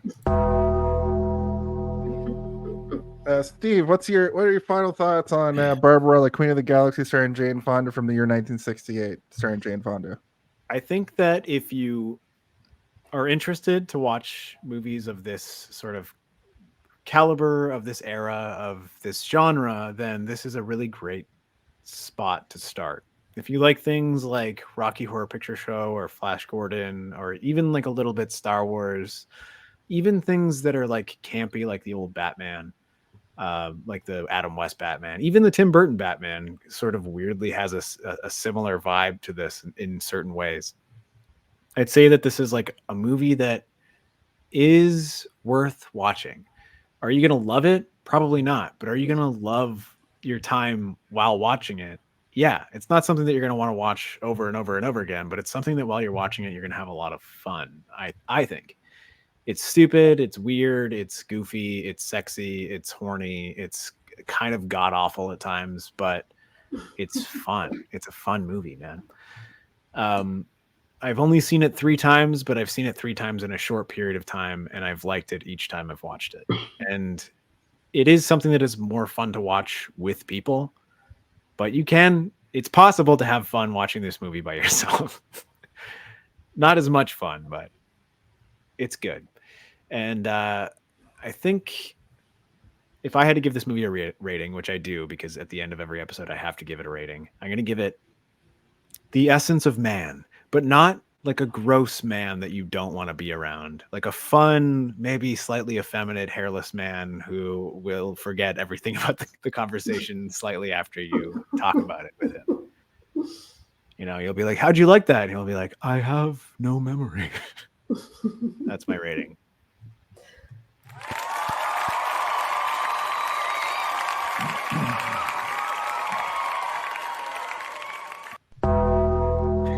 Dong.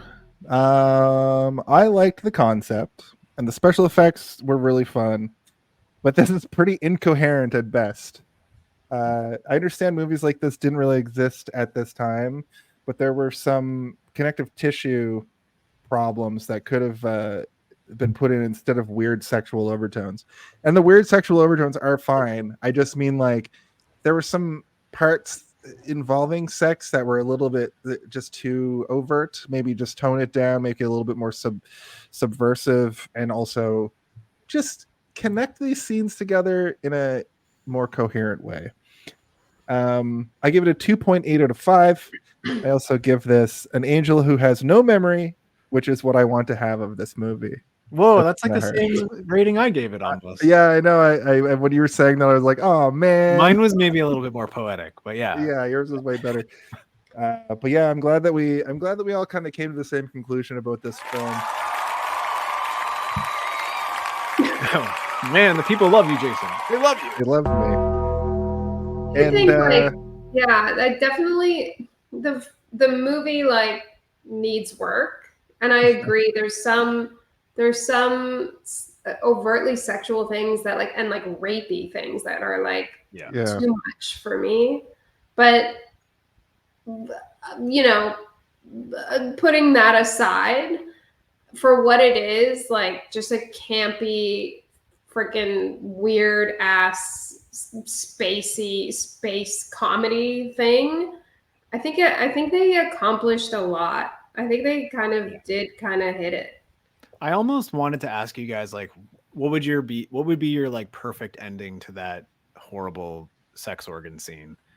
And like, I had like an idea of like how I think it would be better to end it, other than her just being like, I'm satisfied that I fucked your machine to death or whatever, which I think is what they were going for. Like she fucked the machine so hard that the machine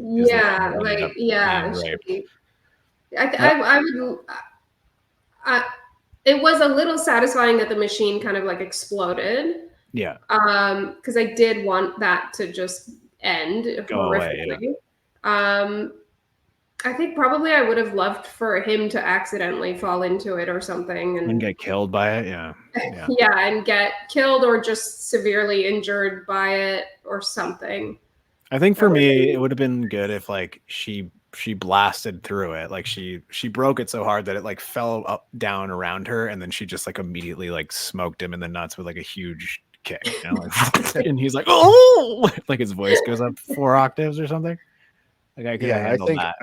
I think it was a really weird, out of place, assaulty kind of moment. Mm-hmm. That, well, I mean, even just really the way they're filming him, and like his hair is all like, and it's like from a low angle, like it really, he looks disgusting. Yeah, I think that he should have got his comeuppance directly from Barbarella. If it wasn't in that sequence, like she should have like stabbed him with a sword or something. Yeah. Like instead of him just like getting blown up by the power of good or whatever. Yeah, there just wasn't really enough of a vengeance there. It would have been nice for him to get some kind of comeuppance from that. Yeah. Because if this movie was made today, which apparently it's going to be, I do wonder, like, what is Edgar Wright in the writer's room being like, how do we do the sex organ again, but have it be not as fucking. But like they have to give Barbarella something, because in this movie, as fun as it is, like, and for me, like, it's fun just purely on a surface level, but like really Barbarella, they're calling her Queen of the Galaxy on the poster, and like in the movie she truly has nothing going on for her. Like there's not much going on there. She really is just a cutie pie, sort of wandering around the galaxy, having sex, and just like kind of being surprised mildly by things. And that's about it. She doesn't get any kind of justice. She doesn't really like, she's not a hero. What if they make it like the sequel is like, it's a sequel and not a remake, and like she's been going around the galaxy, and like she's like dan, dan, dan, and now she's like fucking people because she wants to, not because she got tricked into it. Yeah. That'd be kind of cool. I don't know. Yeah. Anyway. I would love for her to have some agency Yeah. and not just like stumble onto some like alien man's penis. Yeah, I mean, whoopsies, and like a narrating musical man being like, Barbarella fell on top of a hairy dick one day. I'm concerned that this movie was like even worse on paper. Like I'm concerned that the perverts making this movie were like, how perverted can we make it? And they managed to make it a little bit more progressive than perverted. That's what I'm thinking while watching this whole movie. Like all these, I mean, I couldn't find 60s anything men. really truly like bad about the making of this movie in terms of like the work culture, but I mean, it was 1968, so I'm sure everybody was probably on lots of drugs, and you're like, let's just bone between takes. So like, who knows? Maybe it was a very sex positive set. I don't know, but I mean, that it was. I think a remake of this movie could be really good, but it could also be very dicey in terms of like where's the comedy going to come in? Is it going to be just that it's a 1960s influenced sci-fi romp, or is it going to be something different? I don't know. I think they're probably going to go the Barbie route and try to make it like a feminist piece. I think that's probably the wisest. I feel like you have no choice but to do that with a movie like this. If you're going to remake it now in 2024 after Barbie, after that whole thing, it's like you kind of have to make it. And if you think about like Edgar Wright's even just like his visual style, like it could be absolutely wonderful, like visually. And I know that he loves sort of like the practicality of filmmaking, even the The World's End, like so many practical effects in that movie that work so well. I think he's a good choice, but he's also notorious for getting projects like this and then dropping them at the last second and being like, "You don't want me to let me do what I want to do." So I'm surprised we got Scott Pilgrim versus the World. Even that's such a hefty thing to undertake, and that turned into a great film. In retrospect, not so much, but this isn't a movie. This isn't a podcast about that film. This is a podcast about Barbarella, but we have basically talked about it. We could probably keep just talking about it, but the final thing that we like to do on this show is just sort of give our plugs or message to the world. We don't really have a sting for that, I don't think. No. Well, maybe one day. Plug corner. Hey, Barbarella, thank you for coming on our show. You've been a fantastic guest. This is the part of the show where I would say welcome to the pantheon of guests for Hey, Did You See This One? You're welcome to come back anytime and talk film with us. Do you have anything that you would like to plug? Yeah. Sure. You can catch me as Barbarella at the next Fan Expo Toronto next August.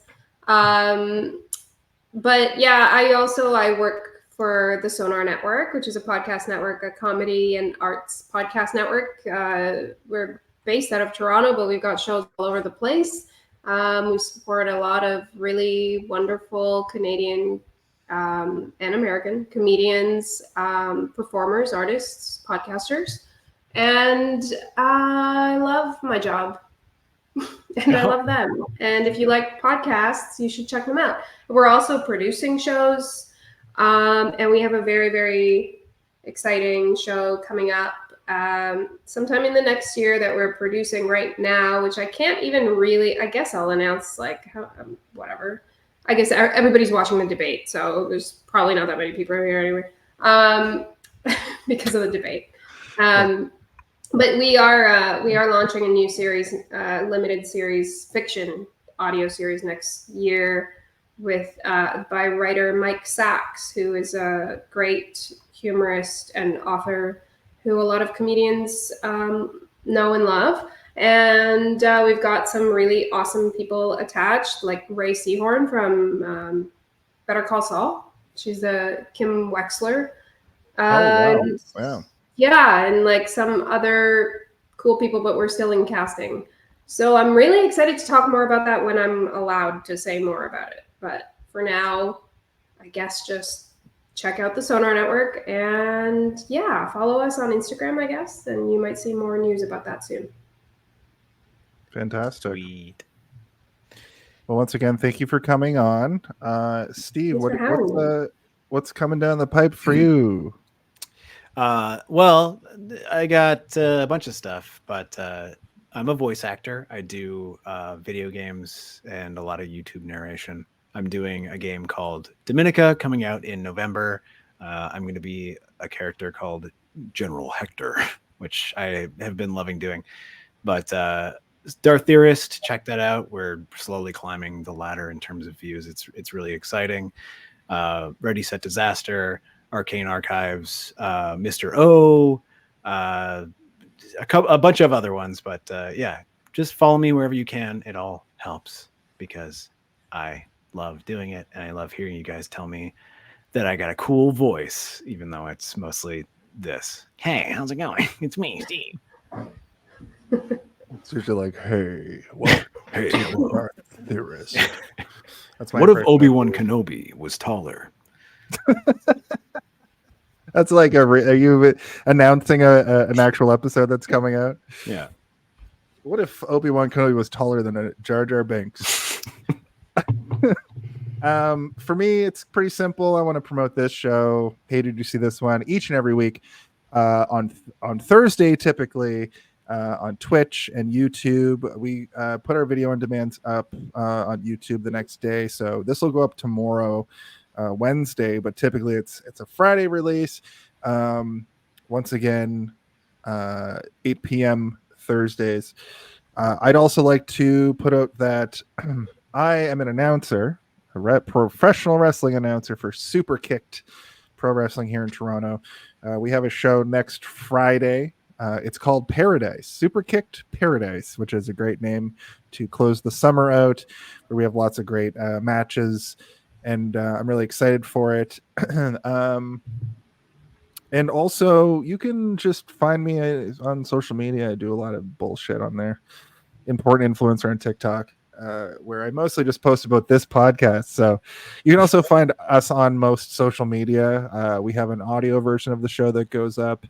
That'll go up tomorrow as well, and usually goes up on Fridays, and that's on Spotify and Apple and all of those great places. And that is pretty much our show for tonight. Can I just go back to something that I just saw that Mike said in the comments? Yeah, of course. He said the Mathmas was a spitter.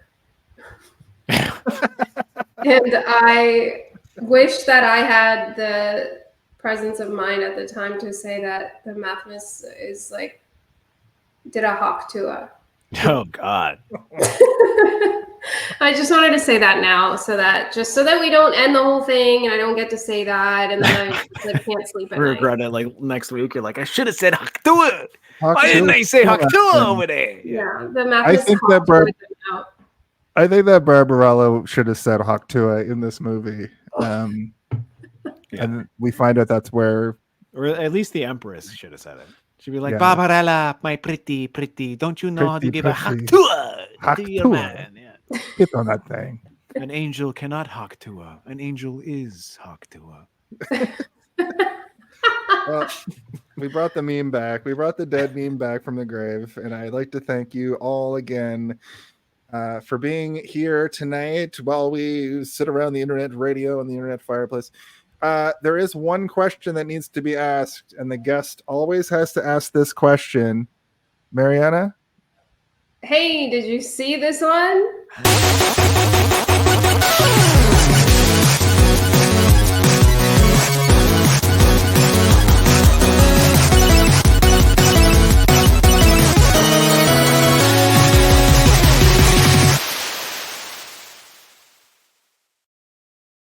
I'm exhausted. Oh, what a good episode that was. We're still in the air. Oh, wait, it's a former guest. He's in the background and he's wearing pajama pants. Oh, well, we have to show him. Oh, look at him. Look at him. You have it playing in your pocket? Oh, weird. It's like a weird echo effect. Yeah, he has it playing in his pocket, and my cat is also screaming the whole time. Beam up some Star Trek content with Live Long and Podcast. Tune in to X-Rated, the X-Men animated review show. Artistic interviews with graphic histories. A roundtable movie discussion with Hey, did you see this one? And movie reviews with Hold Up, a movie podcast. And while you're at it, spin a few records with Eamon on Track. Watch us duke it out on trivial debates. And let's chat about TV with the Super Mater Brothers. It's all here on the United Federation of Podcasts.